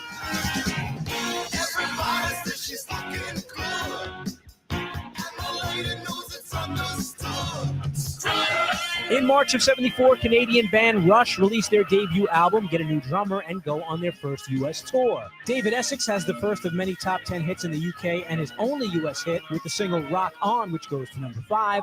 And Steely Dan hit the top 5 with the single Ricky Don't Lose That Number and have a top 10 album too with Pretzel Logic. Ricky, don't lose that number. It's the only one you want. You might use it if you feel better when you get home. Keep listening to iHeartRadio for more from 1974. Coming up. iHeartRadio soundtrack flashback. So, what's a movie soundtrack without Smash Mouth? 1998's Can't Hardly Wait took us inside the mind of graduating high schoolers and gave us a slamming soundtrack in the process. A big standout was Can't Get Enough of You Baby. It's a cover song, but Smash Mouth really made it their own. I can't get enough of you, baby. I can't get enough of you, baby. For more great movie soundtrack hits, check out Popcorn Radio on the iHeartRadio app. So bye-bye, Miss American Pie. Drove my Chevy to the levee, but the levee was dry. And them good old boys were drinking whiskey and rye, singing, this'll be the day that I die. On the talking text line, Wayne in Nash Vegas says he has smoked turkey breast in the summer months. Okay. Scott in Cottage Grove. These days you can eat anything for Thanksgiving, but it's all about the football, family, and Italian food. There you go, Scott. Dan Monona, have you never heard of a turkey sandwich? I have heard of a turkey sandwich. Doesn't eat them, but if there's nothing else, like this, it's not my top. It's not your favorite. first choice. It's not my first choice, but if it's sliced, it's and you got some lettuce in there and maybe tomato. It's not horrible. Madtown Ryan has gone mad with his response. Can't use it over the air, but if you guys look, 12:22, he texted in. You son of a gun. It's a great meal. It's a great meal to go out with. tough. Although at that point, the quality that you'll be finding may not be the best. That's true. But if you're getting the chair the next day, yeah, that's beggars true. can't be Yeah, choosers. I mean, when you've do. been in prison probably as long as you are on death row, it's true. I think any will be quality compared to what you've had over there. Oily Phil is disappointed in you, which is never want to be on Oily Phil's wrong side. Yeah, get in line. Unnamed in the 515, Doug, I love turkey. You can be wrong. Okay. Unnamed in Mark in the 608. More power to you if you get the little woman to not make the traditional Thanksgiving meal. That's from Mark. Mark doesn't. Erica doesn't make turkey. No. Yeah, she's already been convinced of that long ago. Well, Somebody asked about my mother-in-law, whether or not she makes turkey on Thanksgiving on the talking text line. We're working on Bev. We're playing the long game. We're playing the long game with Bev. Okay. Jonah in River Falls. One of my favorite meals used to be turkey loaf. Jonah, what is turkey loaf? I don't know, but it sounds awful. It sounds like meatloaf, but worse. And there's no paradise by the dashboard light there. Let's see. Unnamed in the 414, you idiots. I like that. Depends on who's making Thanksgiving dinner. If your mom's making dinner, you shut up and eat it. Well, yeah, again, that's part of the whole marketing of Thanksgiving, right? Yeah. See, the thing that I do love and respect about my mother is that she's always been able to take, it's not even criticism. It's just like she prided herself on her cheesecake. Loves making cheesecake. Like, everybody loves my cheesecake. Everybody loves my cheesecake. I tasted it once when I was 5 and I said that I hated it and I've never eaten it since. And she understood that. It was just a moment of honesty. It's like, I can tell her things that I don't like and she will take, I don't think she loves it, but she understands that it's not coming from a place of malice. It's just coming from, I just don't like it. It's nothing personal. Still love you. Yeah. I just don't like this. Don't have maybe as refined a palate at 5 years old for the cheesecake. But then it's just kind of move on. But it feels like, everyone's got like that one thing, that one dish where it's like, this is mine. I own it. I make the best one of this, whatever the dish is, whether it's stuffing, whether it's, whatever, cranberry sauce. Mac and There's cheese. always name one. your Mac thing, and right? cheese. Name your thing. Someone's always got something where it's like, that is my dish. That is the one that I just make the best of for everyone. Everyone's going to love it. Yeah. I mean, if I had to make one thing that I think I make better than anyone else, it'd be a grilled cheese sandwich. I'll bring that to Thanksgiving. There you go. I'll bring my grilled cheese sandwich. Will knock your socks off. Oh, really? Yeah. Okay. Yeah. Well, I'm eager to eat one of these. I would put that up. I will put day. my grilled cheese sandwiches up against anybody. And I also, what I need to learn how to do is I need to take a cooking class so I can actually make the dough for the pizza, because I that's the part that I skip. But the rest of it, the Thanksgiving pizza, I do. Store-bought dough and. Yeah. So I know that I cheat a little bit, but the rest of it's handmade. Okay. There you go. It's always made with love. It's always made with, good old American love. Yeah, exactly. So, making a pie too, maybe an apple pie. Making apple pie, it's nothing better. Listen, it's all about America. Yeah. It's all about American pie. Let's see. David and Racine, turkey isn't good. We're having bacon wrap fillets and twice baked potatoes. See, now there you go. Okay. Independent thinkers. That's what America should be all about as well. Independent thinkers. Yeah. Get the bacon, fillets, potatoes. sounds so good. That does sound good. That sounds fantastic, Dave and Racine. Good for you. Yeah. Good for you. All right. Chuck Freeman's coming up straight ahead. We will connect with him and get the skinny on what's happening in Madison tomorrow and Friday, as State is finally here. 7 games, 4 on Thursday, 3 on Friday. And there were some near misses for some State Blue Bloods that did not make it to State this year, and the return of a Blue Blood to State as well. So we got that to talk about with Chuck Freeman coming up on the other side. Stay with us. It's D.N.D. on the game. And moss grows fat on a rolling stone, but that's not how it used to be. When the jester sang for the king and queen in a Want to watch D.N.D? They're live on YouTube, Facebook, and X right now. There you go. There we go. Just search 97.3 The Game. Now, a year in rock spotlight, 1972. In May, the Rolling Stones spent a year recording in southern France and released the double album Exile on Main Street. It goes to #1 in both the US and the UK. California band the Doobie Brothers score a hit off their second album, Toulouse Street, with the single Listen to the Music.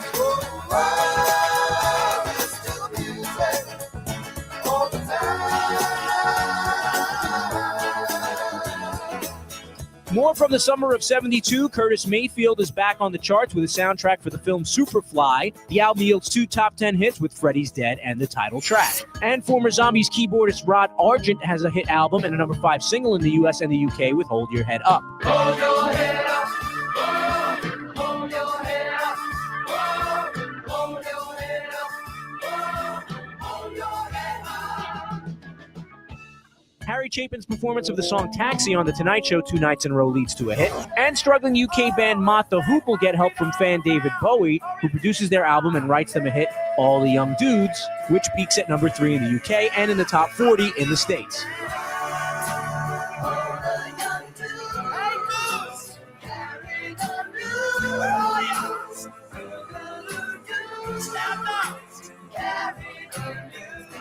Keep listening to iHeartRadio for more from 1972, coming up.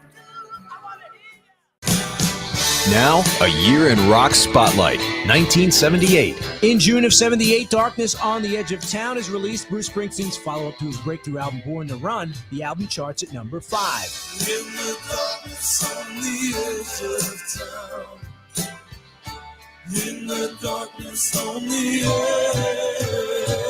edge of town. Boston-based band The Cars released their debut album. It goes to #18. It features the singles Just What I Needed and My Best Friend's Girl. She's my best friend's girl. But she used to be mine. In July of '78, the Rolling Stones released Some Girls in the US. The album and the single Miss You both hit #1.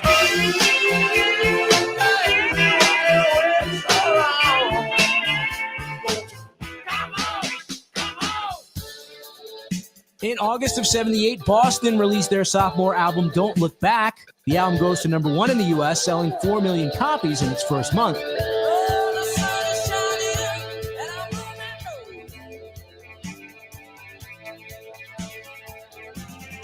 Keep listening to iHeartRadio for more from 1978, coming up.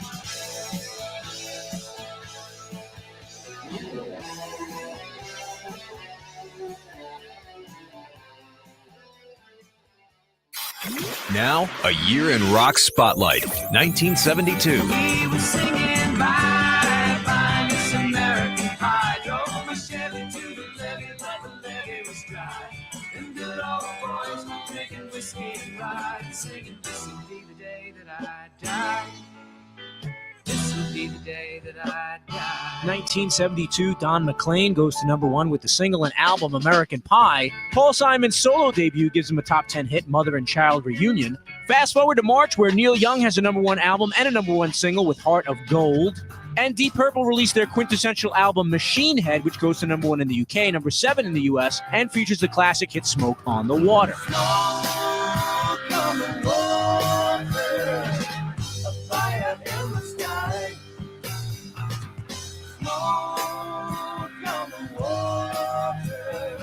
Also in March, the band America releases their debut album. It goes to number 1 and yields a number 1 single with Horse with No Name. See, I've been through the desert on a horse with no name. It felt good to be out of the rain.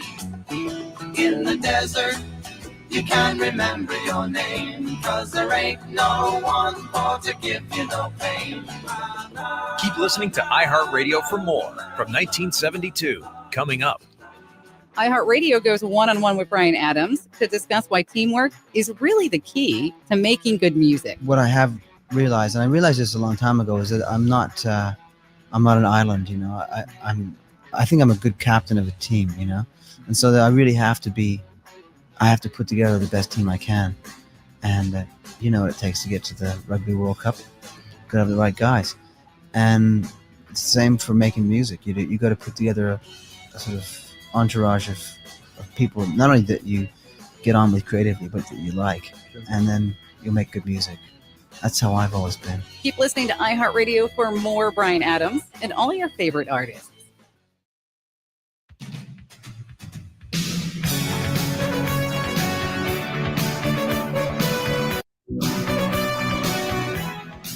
Unnamed in the 608 writes, Doug, you've got my sympathy that you were never surrounded by people that knew how to make a quality Thanksgiving meal. Your takes are a hot mess, except for cranberries. They're awful all day, every day.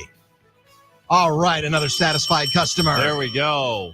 Keep them coming on the talk and text line, 877-794-1973. Coming up tomorrow and Friday, it is the state football championships. 4 games starting tomorrow at 10 a.m. Division 7, 6, 5, and 4 in that order. And then Divisions 3, 2, and 1 on Friday. Joining us on the high school football beat, he's been the host for how many years now, Chuck, has it been for you on Football Friday nights over on our sister station 920 and also on 1070 The Game in Madison? Well, for 6 years recently on my last run, but I did it for 5 in a run in the 2000s. So, boy, 11 years, so over 2 years. Are we doing the old pizza at Christmas topic or Christmas Thanksgiving pizza again? Is that topic being brought up again? That's that time. Thanksgiving is, well, things never change. Chuck Freeman joining us from Football Friday night. Well, you know, my whole thing on Thanksgiving is because turkey's trash.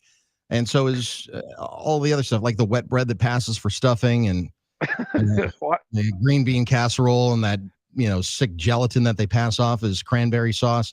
All of that stuff's just garbage. So, you know, we try to, you know, get the myths around Thanksgiving taken care of around this time of year. So anyway. Oh, sure. And if you go to somebody's house, you just never know who's touching the turkey and if they got clean hands and all that. I get it. I'm happy to bring my pizza with me wherever I go. Last year I brought it to Lambeau Field. Oh, nice. So there we go. I had to have it. May have to do it again. So as far as the football playoffs, in the level 4 playoffs last week, what was the biggest surprise? Because there were some really good games. Catholic Memorial in Division 3, they get bounced in overtime by Grafton. I thought that was great. In Division 2, Homestead, they lose by 1 point to West Appear. That sets up Notre Dame against West Appear. I don't know what's going to be the bigger game over the weekend in Green Bay. Is it going to be Notre Dame against West Appear, or is it going to be the Packers against the Vikings? I don't know. There's some really compelling matchups, though, coming up in the next couple of days. Well, Doug, that first one you mentioned there, Catholic Memorial.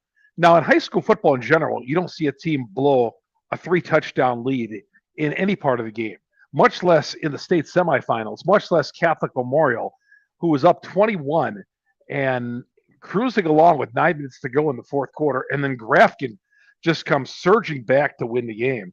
I thought that was just phenomenal. Again, usually in high school football, you get up 3 touchdowns. It's game, set, and match right there. The story's over. It's written. But, it's happened twice now in the playoffs. There was another game up north the previous week where a team got up 21-0 and couldn't hold on.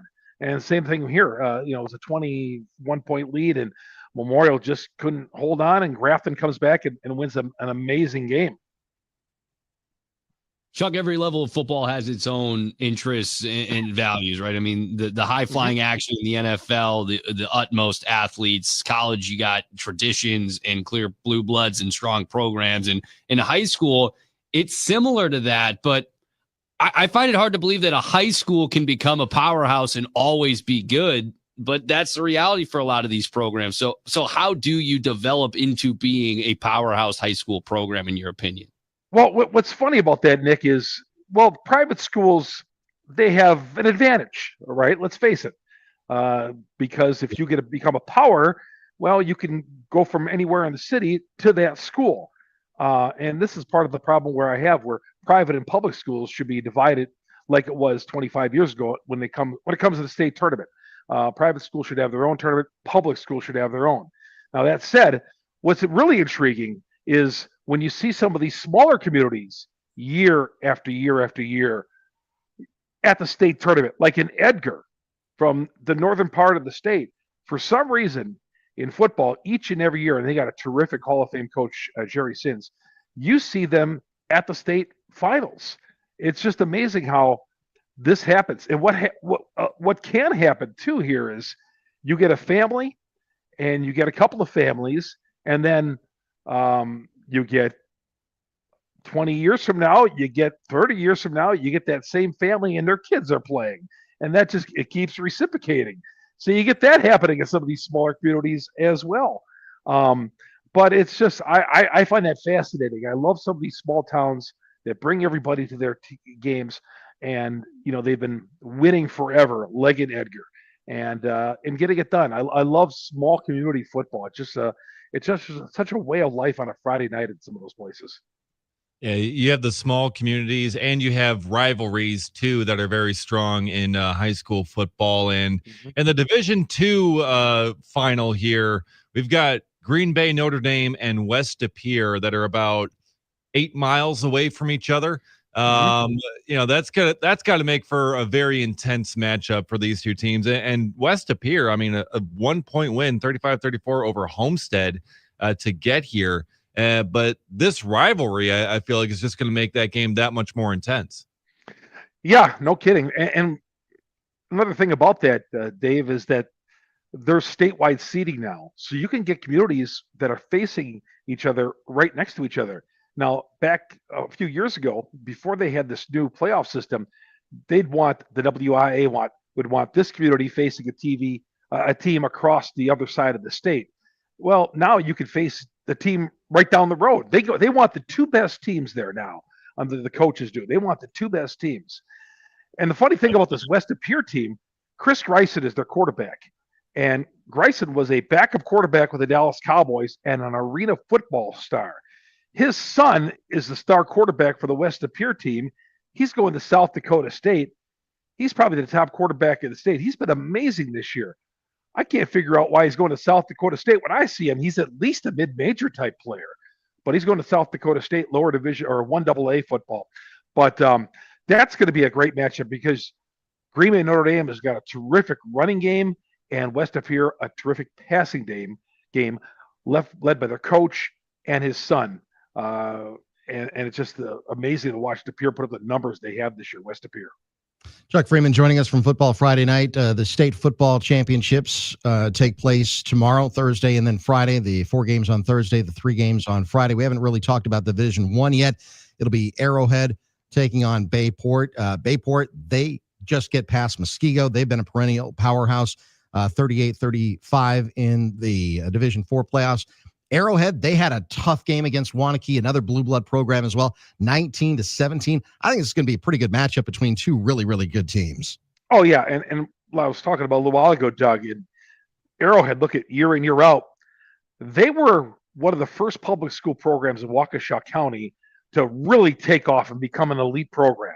And then McGuanago saw what Arrowhead was doing and said, hey, why can't we be like Arrowhead? And then McGuanago joined in.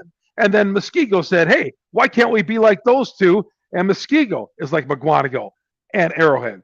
So there's some great football played in Waukesha County. There's no doubt about that. And that matchup right there, yeah, Bayport won the Division I state championship last year, and they're back and ready to go. They got a lot of great players off that team from last year, and should be a great matchup. And Arrowhead, no stranger to going to Camp Randall, and Arrowhead, not only have they been good in football, but that's why they're called the University of Arrowhead. They're good in all sports. Well, it's the facilities that they've got though too. I mean, it's one of the only high schools in the state. It might be, I don't know if it's the only high school in the state, but they've got their own that they own hockey rink. Whereas if there are other hockey teams around the state, but they go to public facilities, they got their own hockey arena, for crying out loud. They've got one of the best football stadiums in all of Wisconsin, if not the best high school only football stadium. How much, in your opinion, do the facilities play in all of that success that Arrowhead has had, though, too? And just like Kimberly to the north, Doug, the same thing. When you get a community like that and you get the ball rolling and you get some money put into the program and all that, well, yeah, that helps a great deal, having the resources. It's just like a college program. You get some money thrown into the program, you're going to have some success naturally, you would think, if you do that right. And I'm not saying that's the only reason. You got to work too, and you got to have good coaches and good kids. And I think in a community like Heartland, you got everybody working together, trying to win and develop kids. And they it's not like they just throw their kids out in the field and okay, here we go. No, they got good coaches. Good coaches want to coach there. Good kids want to play there. Youth programs, they got everything going. It's a machine there, and that's why. And they deserve everything they get because they have the resources, and plus they work at it too. He is Chuck Freeman from Football Friday Night. Final thing for you, Chuck. What do you put on your Thanksgiving pizza? Oh, no, on my pizza, just pepperoni. Just pepperoni. But it's got to be thin crust. I do not like thick crust. Make it thin crust pizza. I'm good with having pizza on Thanksgiving. People, you and I think, had this topic like 20 years ago, Doug. And I told you back then, you do you. Just bringing it to the people. Just bringing it to the people. Chuck, great stuff. Enjoy the 7 games. You gotta, forget New Year's Day when you've got all the bowl games. Tomorrow, if you're a high school football fan or broadcaster like you are, doing the statewide show every Friday night with Dan Pfeiffer. Just enjoy all the games tomorrow. I can only imagine you're probably going to be parked on your couch the entire game if you're not going to Camp Randall. But yeah, enjoy it. It has come to the crescendo of the high school football season. It'll be fun. And one thing's always certain: there's going to be a snowstorm. I don't know if there's snow in the forecast, but there's always a snowstorm. Somehow, snow finds its way to get into Camp Randall on those 2 days. Nick, you're in Madison. Is it snowing right now? No snow right now, but anything's possible. All right, fair enough. Chuck, we appreciate the time. Enjoy the games tomorrow. All right, great talking to you guys. All right, you too. There he goes, Chuck Freeman joining us from Football Friday Night. Again, 4 games tomorrow. Cochrane Fountain City takes on Kenosha St. Joe's in Division 7. Division 6, it'll be Darlington against Edgar. Mayville plays Northwestern in Division 5. The Division 4 game will pit Little Chute against Winneconne. Friday, Division 3, it'll be Grafton against Reedsburg. Division 2, Notre Dame against West De Pere. That's going to be the battle for Green Bay. And then Arrowhead against Bayport in the Division 1 game. That'll kick off around 4 o'clock. So we'll keep you updated throughout the next couple of days here on the show because they'll be going on while we're on the air. Oh, yeah, and they're going to be fantastic to watch. I mean, I remember last year just kind of seeing the games on TV and just giving the updates as they're going. Like, these are some incredible games. Yeah. That these kids are playing. 8 football games at Camp Randall Stadium over the course of 3 days. Love it. I'll be there for one of them. It's the best. It's the best. All right, 3 hours down. 1 hour to go. Coming up in the final hour of the program, Jim Polzin from the Wisconsin State Journal will join us. Bruce's Bites is next. To D.N.D. with Doug, Nick, and Dave. This pains me to say this, but Dave's right. Hey, why does that pain you to say? I'm right quite a bit, I think. Middays here on the game. Eric Tasker here from Tailgate Talk. Paul Wagner and myself are back with a new episode everywhere and anywhere that you listen to podcasts. In our latest episode, we gather around the tailgate and talk about the rut in Wisconsin, successes, letdowns, and just a general excitement that comes with the first couple weeks in November. It's a great time to be in the woods, but if you need something to get you through your day, just search for Tailgate Talk on the iHeartRadio app and everywhere that you listen to podcasts.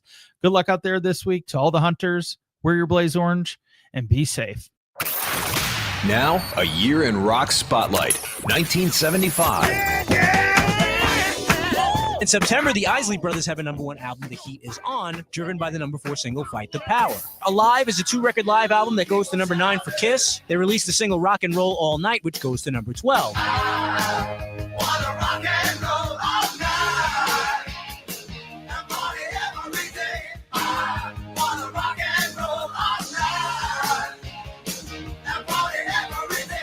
David Bowie switches to Philly Soul on the LP Young Americans, featuring the #1 single Fame, which was co-written by John Lennon. UK rock band Foghat have a top 20 hit with Slow Ride from the album Fool for the City.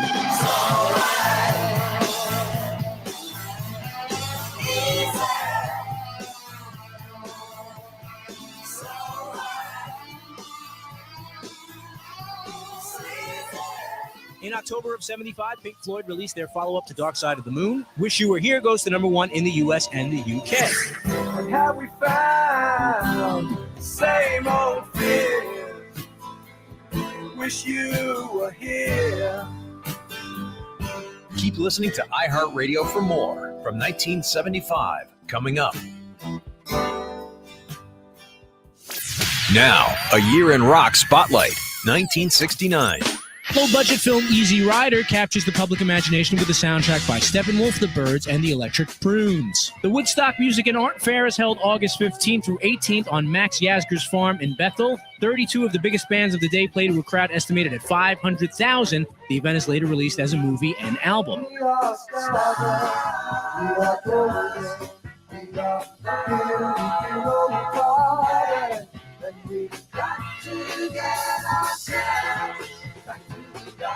And with the boost from their appearance at Woodstock, San Francisco band Santana hits the top 10 with their debut album, Evil Ways.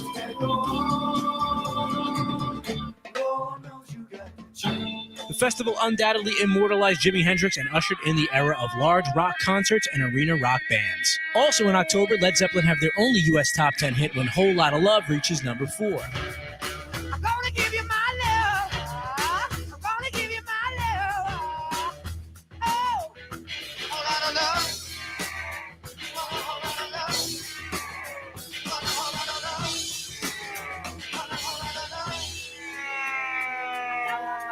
The Allman Brothers Band released their debut album on Capricorn Records to good reviews but limited sales. And 7 years after his last #1, Elvis Presley tops the charts with Suspicious Minds.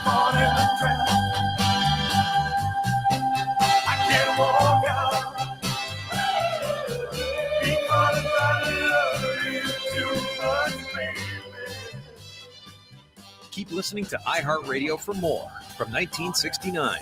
Coming up. Now, a year in rock spotlight, 1978. In January of 1978, the Saturday Night Fever soundtrack is released featuring the music of the Bee Gees. It hits #1 in the U.S. for more than 6 months. An amazing 18 weeks at #1 in the UK, it becomes the best-selling soundtrack album of all time. In February of 78, Pasadena, California hard rock band Van Halen released their self-titled debut album. It hits #19 on the charts. Their cover of The Kinks' You Really Got Me cracks the top 40 at #36.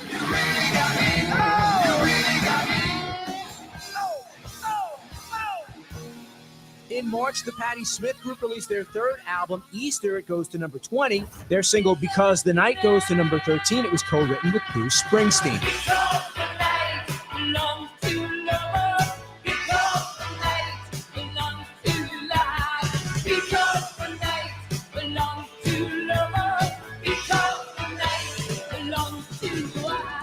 In May of 78, Detroit rock singer Bob Seger releases his 10th album, Stranger in Town. It goes to #4 in the U.S., yielding 3 top 20 singles, including Still the Same, which also goes to #4. Are you still the same?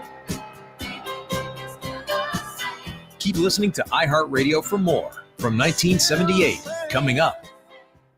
For money-saving tips that can help put your financial house in order and avoid future financial headaches, call the National Foundation for Credit Counseling today at 1-800-388-2227 or visit them at nfcc.org, a public service from the NFCC.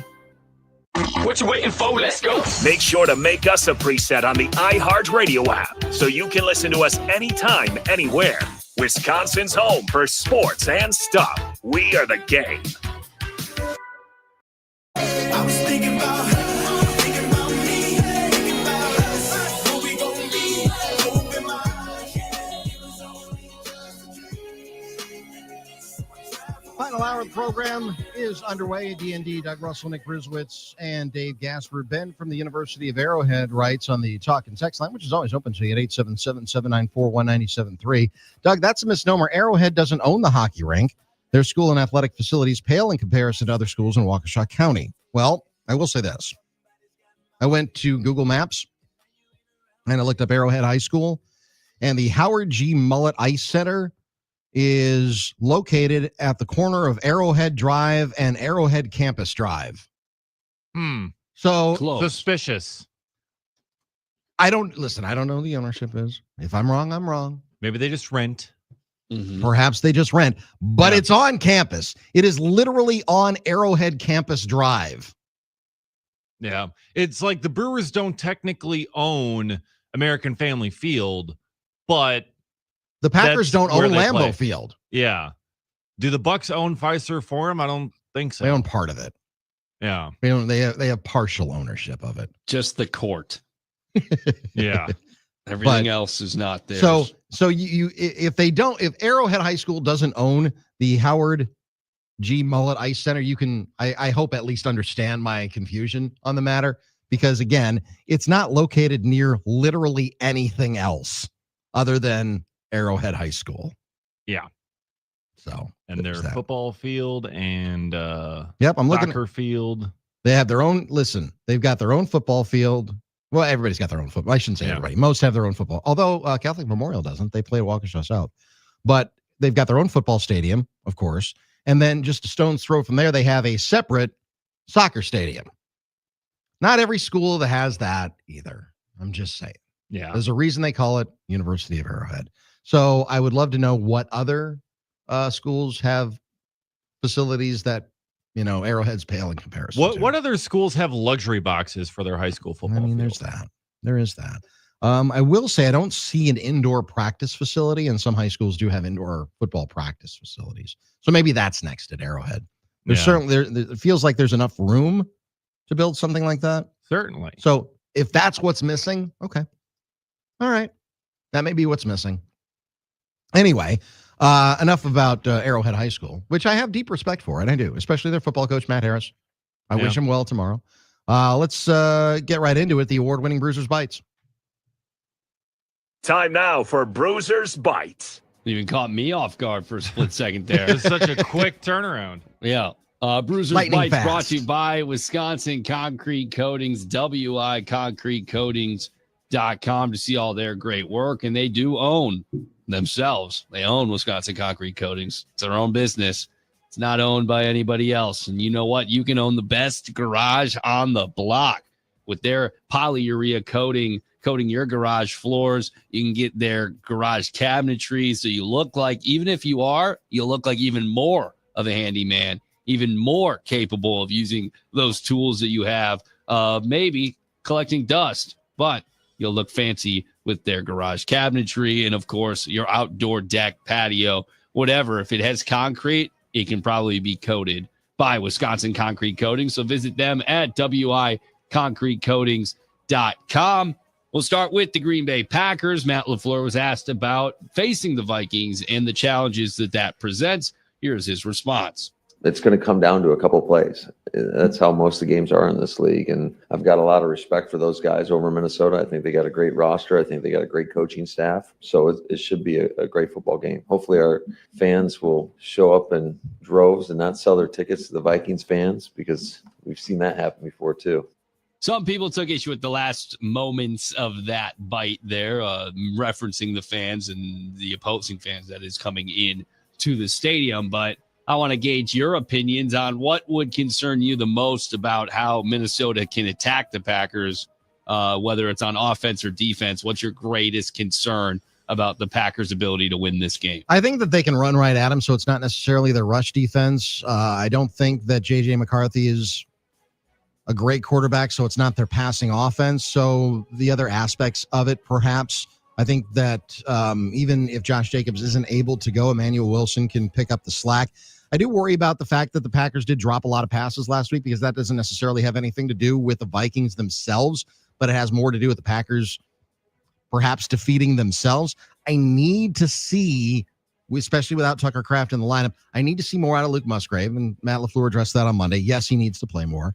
As Wayne Larrivee talked about earlier in today's show, and I agree 1,000% with him as well, they've got to get Matthew Golden going, and they've got to incorporate more of Christian Watson as well.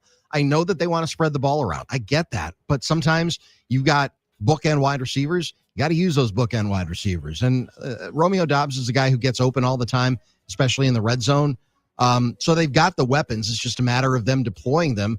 And I need to see more than like 3 or 4 targets for a guy like Watson, and more than 3 or 4 targets for a guy like Golden. So those are the issues that I think are still persisting with this Packers team. And if they can get those receivers going, get the passing game going, then I think they'll be okay.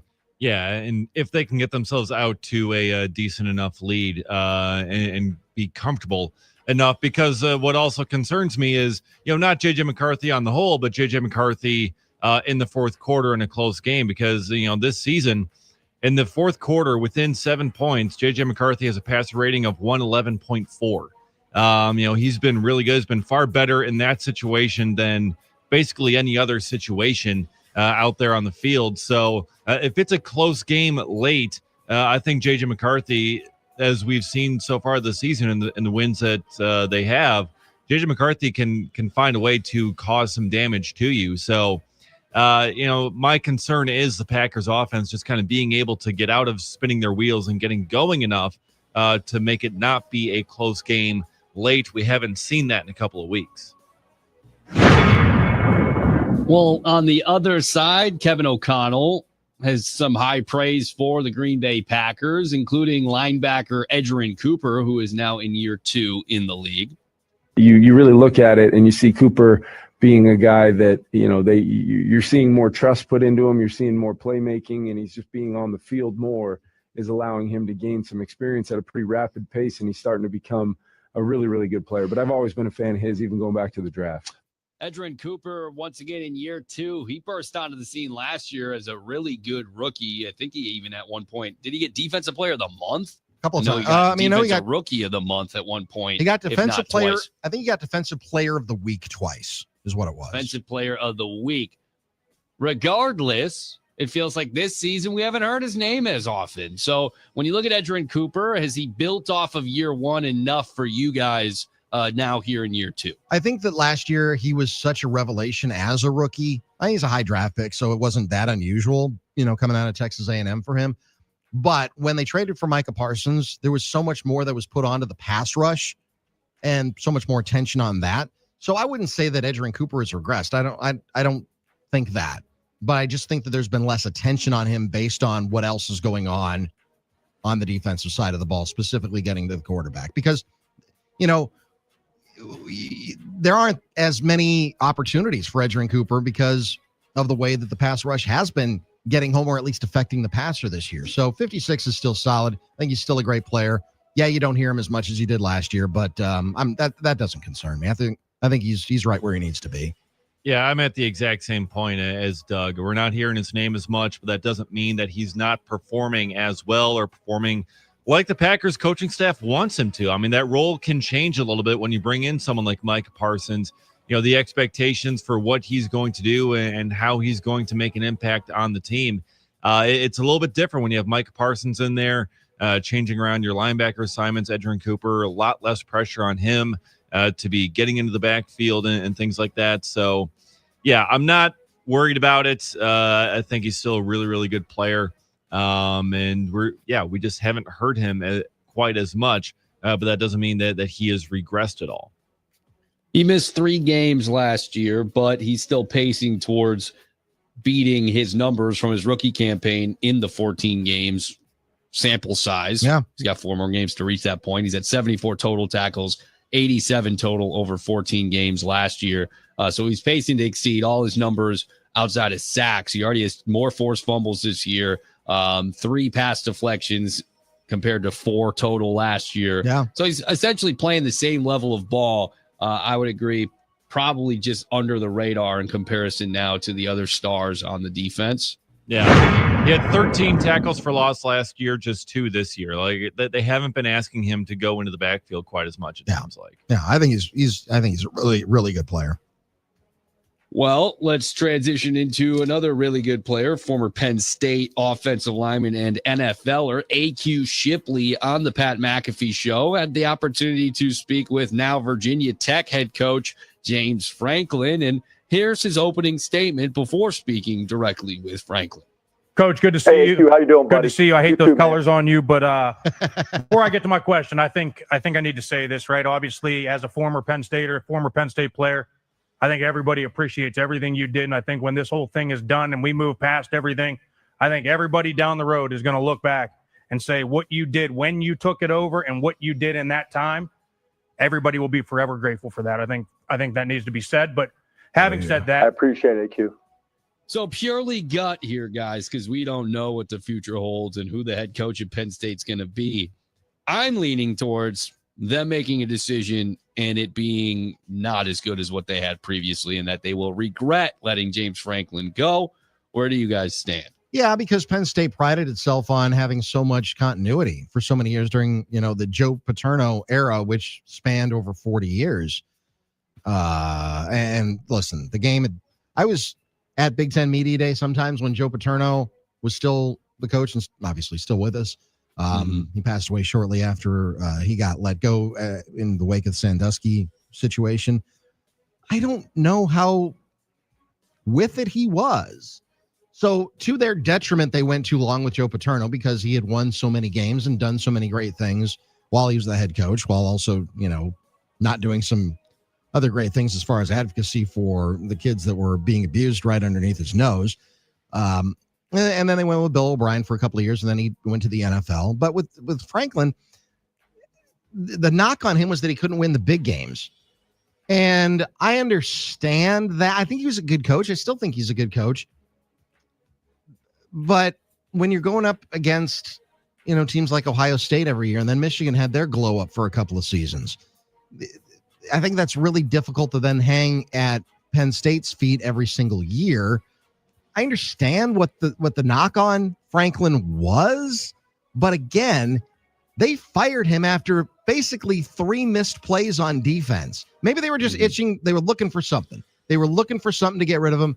So just based on gut, I think the next coach probably, because he's got so much to live up to, I don't think he's going to have the same amount of success as James Franklin. And maybe I'm wrong, but I think Penn State was really, really foolish and just went completely knee-jerk. Now, they got out of it because Virginia Tech is taking care of all but $9 million of the buyout, so Penn State got out scot-free.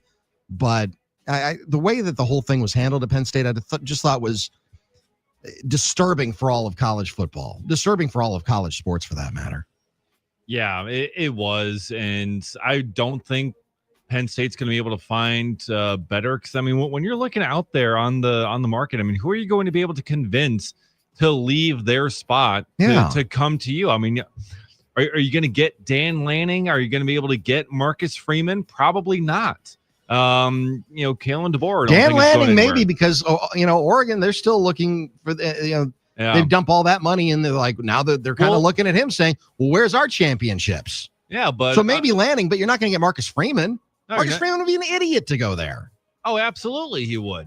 Lanning, Alabama was reportedly after him last year, and he said, no, I'm staying here. And Jed Fish, he's kind of turned around Washington pretty quickly. He's got a little bit of Big Ten experience. Are you looking at, Jed Fish, Eli Drinkwitz from Missouri, maybe? Maybe. What's John Gruden?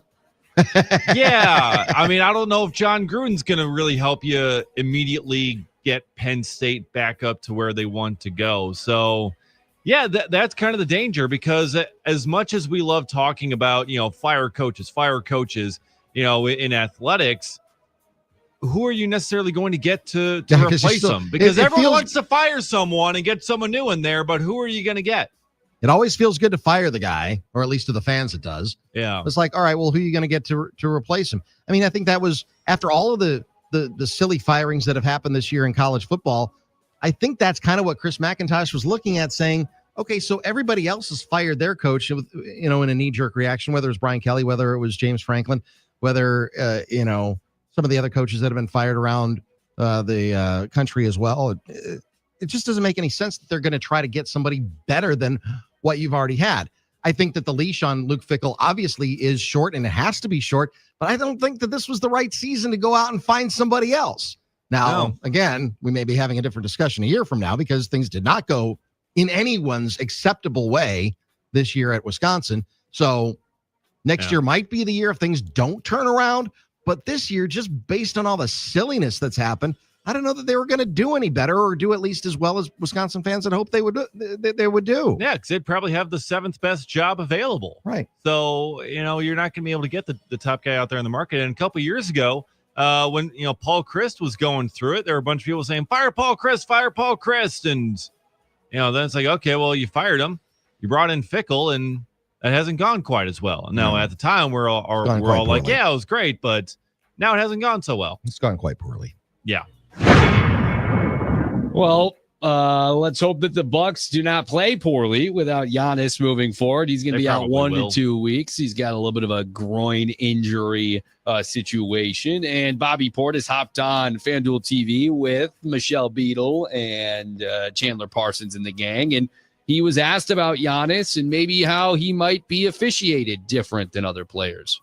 Don't want to get fined or anything though, but the refs are kind of hard on Giannis out there on the court, man. Going back watching some Shaq tape, man, they kind of treat him like Shaq on the court for real, man. It's like for real though, like teams can just beat him up, throw him on the ground, things like that. And the one play he did get hurt, he actually got fouled, and then the next possession on their end, Jared Allen got a ticky-tack call. So definitely we get refed a little bit different.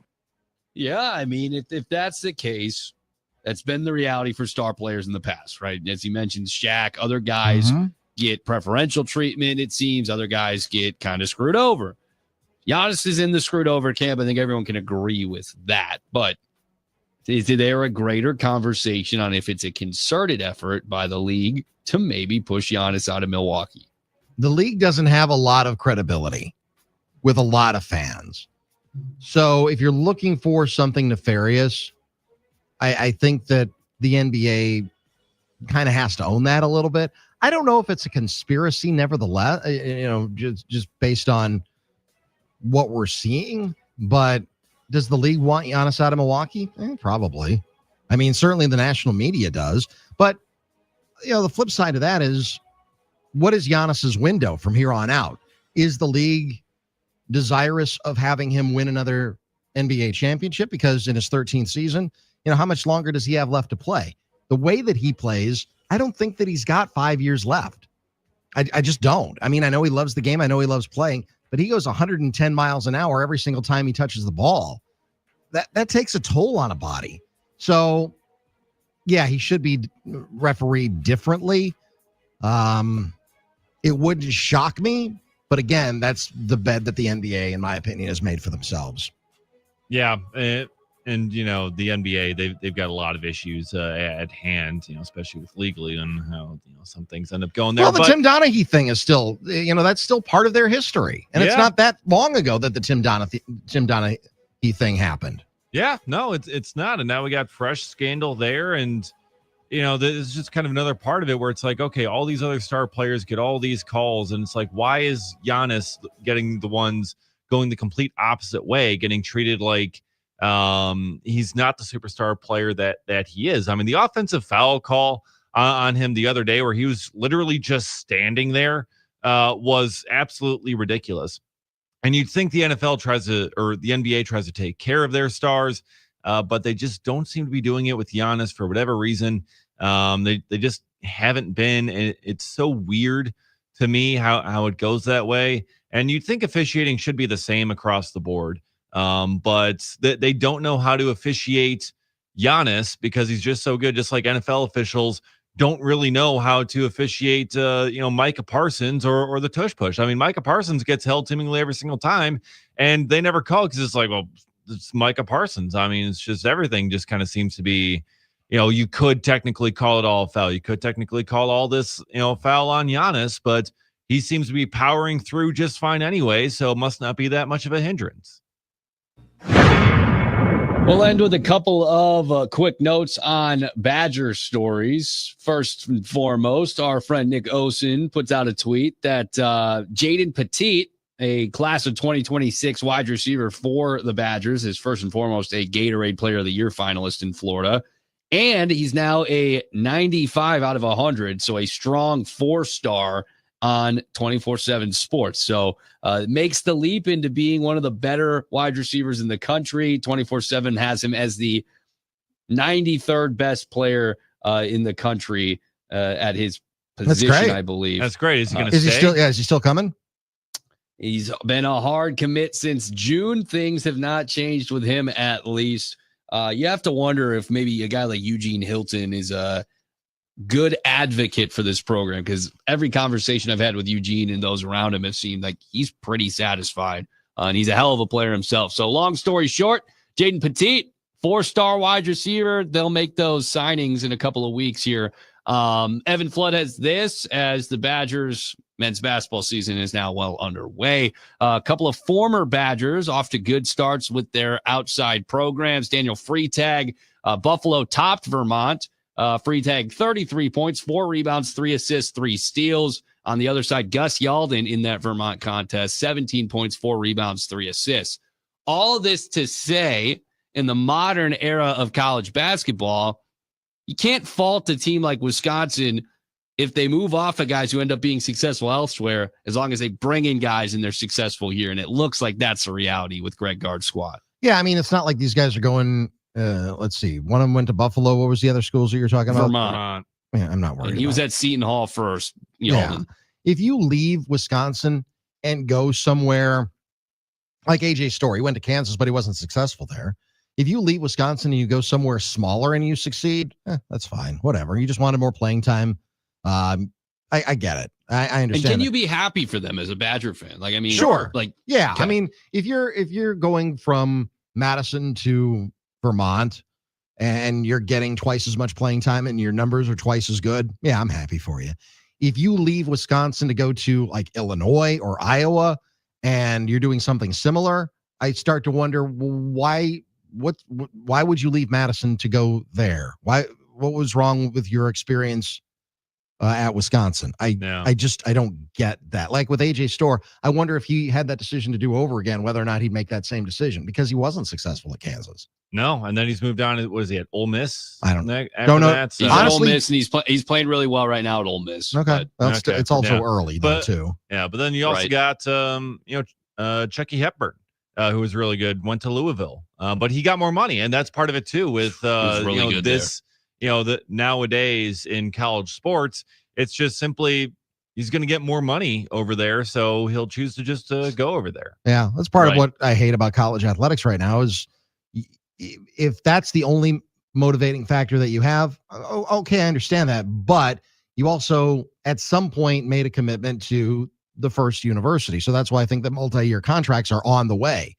They're not there yet, but I believe that that's something that is going to be on the horizon because I think it has to be, because as an adult, you make commitments and you can't just, I think this is what's going to ultimately destroy the fabric of college athletics, is you're not going to have any loyalty. The players aren't going to have any loyalty to the teams, and the fans aren't going to have any loyalty to the players, because what does it matter if you're going to be gone in a year and you're not going to have any lifelong connection with the university? It's just going to be, nobody's going to care anymore. Oh, and that's what Wisconsin's trying to do with Xavier Lucas, and how all that went down. They signed him to that 2-year revenue sharing deal, and then he decides he wants to transfer. And it's like, no, buddy, we signed you to a contract.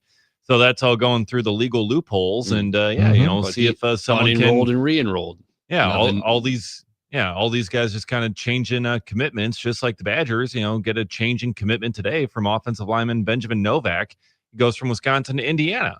And now Right. Wisconsin has no offensive line commits lined up right now for next year's class. And this is a problem because Chris McIntosh, less than a month ago, came out and said, no, this is what we're doing. We're going to recommit into the program. And when you lose a commit to the school that is out there just spending money left and right, it's like, well, what did you just say?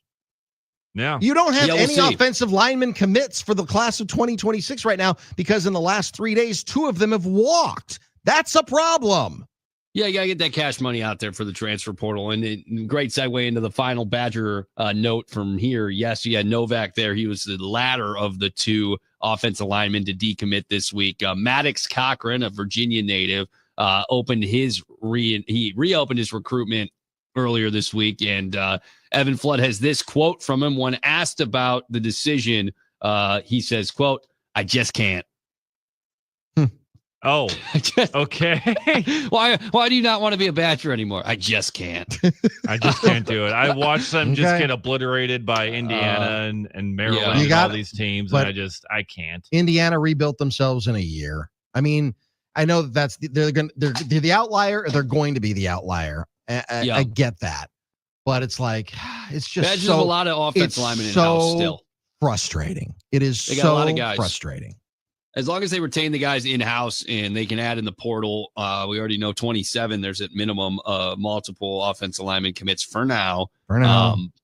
But you're talking about essentially running it back next year with 3 of the guys you've seen: Joe Brunner, Colin Coverly, and Emerson Mandel back as starters. As Brunner, if Brunner decides he doesn't want to go to the NFL, which I would imagine he comes back. He loves it here. He's a Wisconsin kid.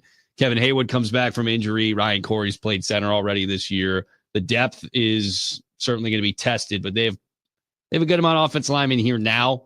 You do definitely want to see guys added each class. Maybe there's still time for that. I'm sure they'll add guys in this class. There will not be 0 freshman offensive linemen next year. Well, we hope. I would hope not. Yeah. We'll end here with that. A long one today, but we had a lot to get to. A little bit of turkey talk earlier in the show. So squeeze it in there. But as always, Bruisers Bites brought to you by Wisconsin Concrete Coatings, WIConcretecoatings.com. All right, Jim Polzin coming up in just a few minutes as well. Stay with us here on the Game Radio Network. It's D.N.D. Doug Russell, Nick Bruzewitz, and Dave Gasper. NicolayLaw.com talking text line always open to you at 877-794-1973. Stay with us. It's the game.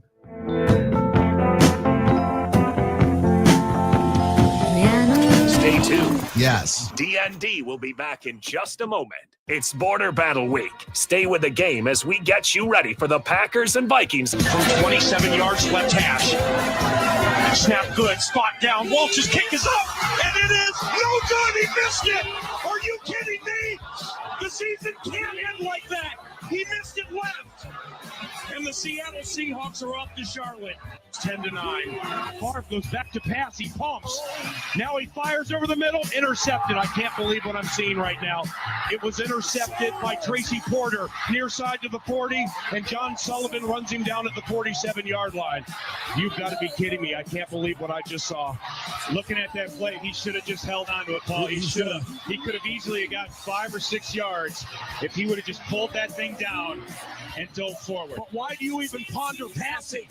I mean, you can take a knee and try a 56-yard field goal. This is not Detroit, man. This is the Super Bowl. Welcome to Rivalry Week. Welcome to the border battle. CJ in Columbus said, I think there's one in Arizona where he says the kick is good and the Vikings kicker ended up missing it. CJ, your memory is correct. High snap, put down. Joseph, come on! It is good! No, he It's missed no it. good. Are you kidding me? He missed it right. He missed it right. Oh, my heavens. Oh, my. Hey, Mr. Wright. What a gut punch to a team, Paul, that play after play toward the end fought its way back. Missed it by like a foot. And Wayne also told us about that one because of where they were. He's like, you can't see the numbers, you can't see the kick, whatever it ends up being. But it is just a hilarious moment. But it's not even my favorite Paul Allen call that involves the Arizona Cardinals. Yeah. Run, PA. 17, 16, 15. See, they have to go deep into the end zone. We better put some people in the end zone, right, Joe? That's exactly right. I mean, there's nobody inside the 10. Get back there. Here it is. Oh, The season's on the line. back. Two receivers left and right. McCown takes the snap. He steps up. He's all by himself. Fires into the end zone. Caught! Touchdown! No! No! The Cardinals have knocked the Vikings out of the playoffs. I believe it was caught by Nate Poole. It was. He's being mugged by his Cardinal teammates. They're Minnesota Vikings crying on the field. Oh, and we love to see that part, Paul. Thank you for that last little drop. And thank you to our sister station, KFAN, for all of that illustrious audio. Listen to No BS with Billy and Armin every weekday from 6 to 10 right here on The Game. iHeartRadio. Here are the top Elton John songs that you thumbed up. Number 3, Tiny Dancer. Hold me closer, tiny dancer. Count the headlights on the highway. Baby, darling, she's so landing. Number 2, Rocket Man.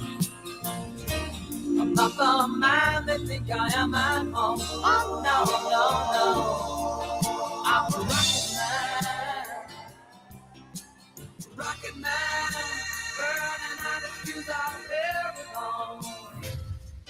Number 1, Benny and the Jets. She's got electric boots, I'm more food. You know I'm better than a magazine. No, Benny and the Jets. Hear more from Elton John and similar artists now. Search for Elton John on iHeartRadio. All your favorite music, all your favorite stations, all free. iHeartRadio goes one-on-one with Rick Springfield to get some insight on his latest release, Rocket Science. It's a guitar-based record for sure, and I love big hooks, and not a country record at all. It's a rock and roll record. But it does have some, country elements. Keep listening to iHeartRadio for more from Rick Springfield and all your favorite artists. iHeartRadio soundtrack flashback. Nice socks, Brad. 1975's The Rocky Horror Picture Show wasn't a huge deal at the time, but you love dancing to the time warp now. How long before it's a TikTok dance, I wonder? Let's do the time warp again. Let's do the time warp again. For more great movie soundtrack hits, check out Popcorn Radio on the iHeartRadio app.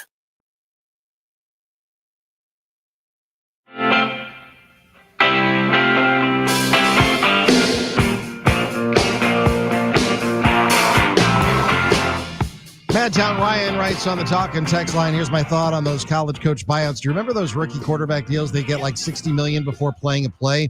I mean, those buyouts are going to go away like those rookie contracts. That's a good point. I mean, you don't Sam see Bradford. You Was he the never last see one to get holdouts. I think so, yeah. I mean, Tony Mandarich was held out for a while too before he signed his deal. That was a big problem for the Packers 100 years ago. Don't they hard slot the draft now? Yeah. Yeah. I mean, it was basically the Players Association's way of saying, yeah, we'll give you this because we don't want rookies making more than the veterans, and they're not members of the union Players yet. Association yet. Yeah. Yeah. Bradford was the last one. 6 years, $78 million contract with $50 million guaranteed before ever playing a snap. This deal was the last of its kind before the NFL's collective bargaining agreement in 2011 established a new rookie wage scale that caps salaries. So, Scott in Cottage Grove writes, Wisconsin needs better players, not better coaches. Good call. Well, they need would help. better players. Petite. He's the start of a long run. Listen, I hope you're right. I also hope he still comes. I just think at this point, yeah, I mean, you're probably not walking away. I know these offensive linemen are, but you never know until you get to signing day, until they put pen to paper and sign their national letter of intent. You really don't know, because there could be teams that come in and, try and flip them late. I mean, you think you have these commits all across the board, but other teams can still talk to them. They're like, hey, sure about that? Yeah. What about over here? We might have a little bit extra cash for you. We might have a little bit of extra this. We might have a little bit sooner playing time. Stewart in Madison writes, I read that Shams indicated that Knicks are desperate and offered 2 first-round picks to trade for his low-grade groin strain. He's talking about Giannis. At some point, Giannis is not going to be a Milwaukee Buck. Yep. That day is coming sooner rather than later. This team is pretty mediocre right now. And they've been good the last couple of years, but certainly not as good as they were when they were on their ascension to winning the NBA championship. I think that window, if it's not closed, man, it is really close. It is really. Yeah. And listen, I credit the Bucks for doing everything that they possibly could do to keep that window open. And if I'm wrong, I'm wrong, but it is just about getting locked. Mike from Merrill writes, look at Chucky. In the offseason, he gets a Bucky Badger tattoo, then he leaves and goes to Louisville. I understand, though. Take the money. I wonder if Jim Polzin has a Bucky tattoo. I don't know. I know. We can ask him. Do you? You went there. Not yet. Okay. Are you going to get one? Can we turn that into a radio bit? Yeah. Let's get you a tattoo, Nick. Come on. Join the club. Nick gets a tattoo coming up straight ahead. Yeah. Prison style. Yeah. Jim Polzin is going to join us from the Wisconsin State Journal. Stay with us. It's D.N.D. Doug, Nick, and Dave on the game.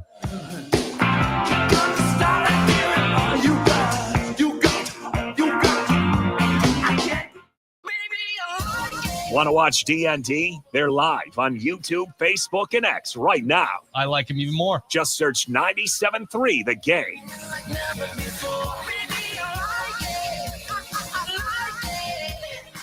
Drew and KB on The Game. We're riding the K train. Cato Kalin joins the program. Hey, the Just a Bit Outside documentary from your friend Kelly Call and his crew was phenomenal. I've watched it a bunch of times. We make all of our young listeners and our young coworkers watch it to see what it was like with the 82 Brewers and why that team is so beloved. I'm just wondering, Cato, what memories did that bring back for you when you saw it? It was great because first of all, when they beat the Angels, coming back 3 games in a row, it's phenomenal. Everybody, I remember going to so many games. Harvey Keene was amazing. The whole gang. One time I did an event, and it was actually when I was living in LA, but I was flown to Milwaukee when the Potawatomi sort of just opened, and I was a guest of a huge charity, and my seat was next to Moose Haw, and I had the guy was great. He lives in Scottsdale now. So I stayed, we exchanged numbers, and we just reminisced about how great he was and how great the Brewer was just during that entire time. I mean, Vukovic, Gorman Thomas, it was so blue collar that, everybody gravitates that this team has got to win it all, which they didn't. You can find all of the shows in podcast form. Just search Drew and KB on the iHeartRadio app.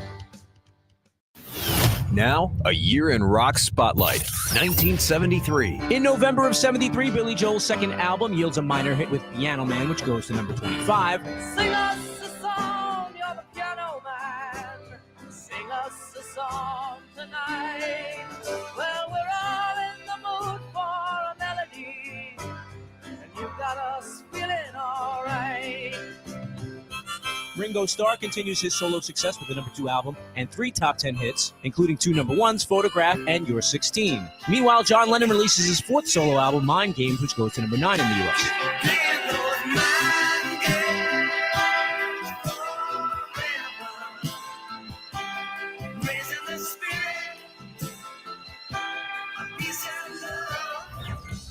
And in December, the single Taken Care of Business drives the second album by Canadian rock band Bachman Turner Overdrive to number 4. Emerson, Lake and Palmer released their 4th album, Brain Salad Surgery, which goes to number 11. And after passing away in a plane crash in September, Jim Croce has a posthumous number 1 with Time in a Bottle. Looked around enough to know you're the one I want to go through time.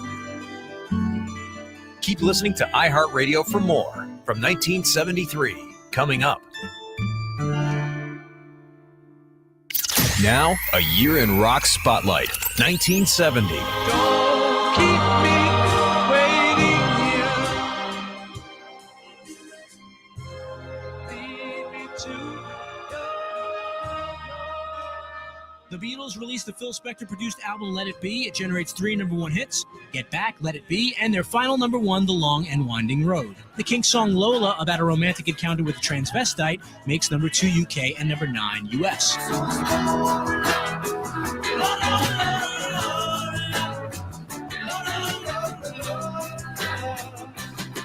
In July, the Stooges released their second album on Elektra Records, Fun House, and British band Mungo Jerry are number-1 in the UK, number-3 in the US with the single In the Summertime. have a drink, have a try. Go out and see what you can find. In August, Eric Clapton releases his first solo album and scores a top 20 hit with his cover of J.J. Cale's After Midnight. Neil Diamond scores his first number-1 with Cracklin' Rosie. September of 1970, Neil Young has a top 10 album with After the Gold Rush. War, an anti-war protest song by Edwin Starr, tops the charts.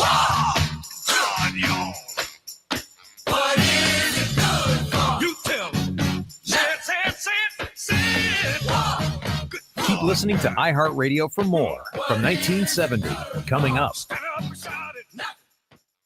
iHeartRadio goes one-on-one with Neil Sean of Journey to ask why he believes our fan base still exists. You know, I think that we keep bringing it. We put on a good show, and you know, I give 150% every night. You know, that's all I know, and I think the rest of the guys do too. And you know, we have some great songs that we're lucky enough and have been blessed enough to have them be etched in stone, so to speak, and have not gone anywhere. You know, I mean, there's been a lot of other bands from my era where their songs have not stuck like ours have with people's lives, and we're very fortunate. You know, it's mixed. It's young, medium-aged, and older people, and I look out and I see about 4 generations of people. Keep listening to iHeartRadio for more Neil Sean and all your favorite artists.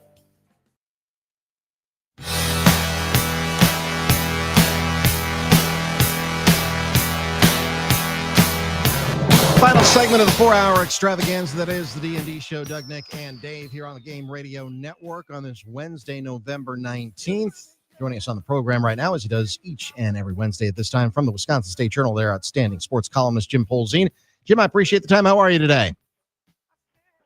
Good, guys. How are you doing? Doing all right. I want to ask you about the decommits, if you will, about the Badgers football program. First, it was Maddox Cochran.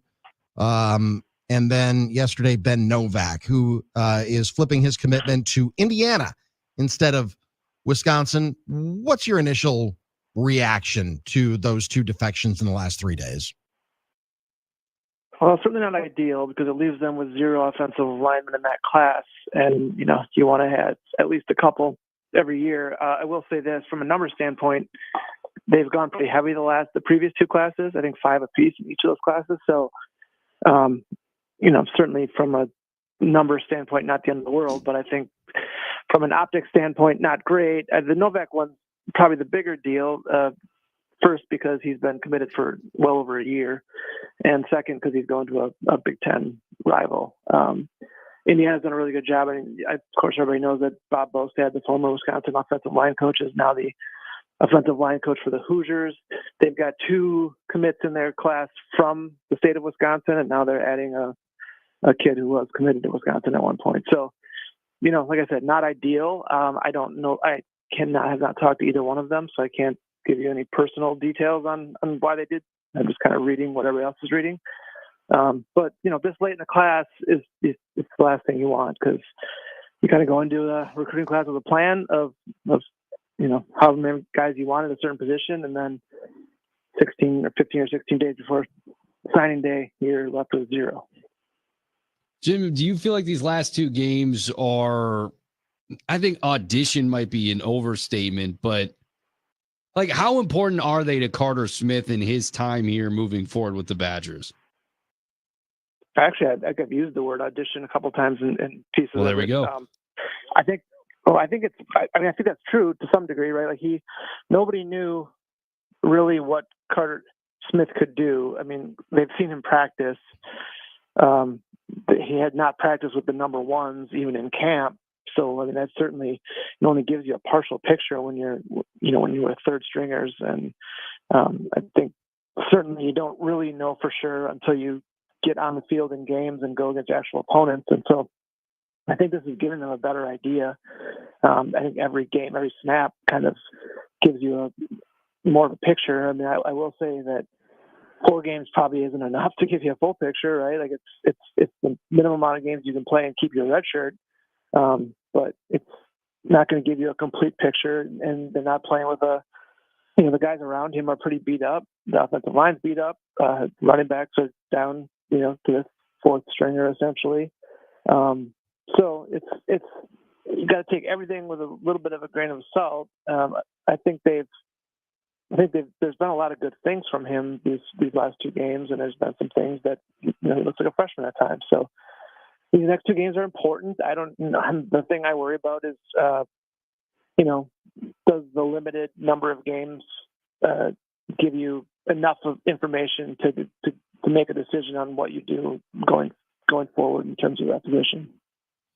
Jim, and with these first couple of games with Carter Smith at quarterback, it seems like it's definitely been a more limited playbook, certainly limiting throws down the field, a lot of short throws behind the line of scrimmage.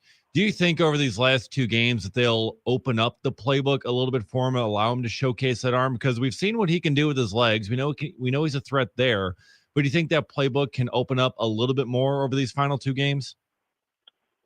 Yeah, I hope so. I mean, I kind of asked something similar to Luke Fickell down in Bloomington, and because he only attempted 4 passes in the second half on Saturday, and now some of that is I think there were more dropbacks than that, so it wasn't like there were only 4 pass plays called. But when you're trailing by that much in a game and you have 5 possessions in the second half to only get 4 pass attempts in, that's a pretty low number, and especially once the game got to a point where you're not going to win it. I thought it was a golden opportunity to, let it rip to some degree. Let him, let's see what he has. And they just never did that. So that was, a little bit of a head scratcher. And I think, Luke Fickell said as much that he would have liked to have seen more aggressiveness in the second half. So maybe we see that a little bit going forward. They're always going to try to win the game. So I don't know if they're going to come out, firing away on Saturday against Illinois. We'll see how that game goes. They're going to want to try to make it a 4-quarter game. They're going to want to, try to limit possessions for Illinois. They're going to essentially slow play it like they have been just to give themselves the best chance. And they want to put him in good positions. But, if the game does start to slip away a little bit, I would hope that they, at least give him a chance to throw the ball around a little more. From the Wisconsin State Journal, sports columnist Jim Polzin joining us here on D.N.D. I want to change gears and talk about the Packers on a scale of 1 to 10 in terms of air quotes must win. How much of this week's game against the Vikings is a must win? Yeah, pretty high. I would have said the same last week too. I just think there's enough good teams in the NFC that now you're kind of on that bottom edge of the playoff picture, and you don't want to lose one that you absolutely shouldn't lose. I mean, the winning at New York was, you're favored by a touchdown at least in that game. This week you got a pretty a Vikings team that's kind of trending downward and is really struggling with their quarterback position. So yeah, you got to take care of this one at home, and there's a big one after that coming up. So you do not want to go into that with a loss. So I think not only win this game, but you'd really like to see them win it in a comfortable fashion and come somewhere close to the complete game that's really been missing for a long time, really all season. They just, they kind of always leave you wondering how good they are, and it'd be nice to kind of be a trending upward into the Thanksgiving Day game against the Lions.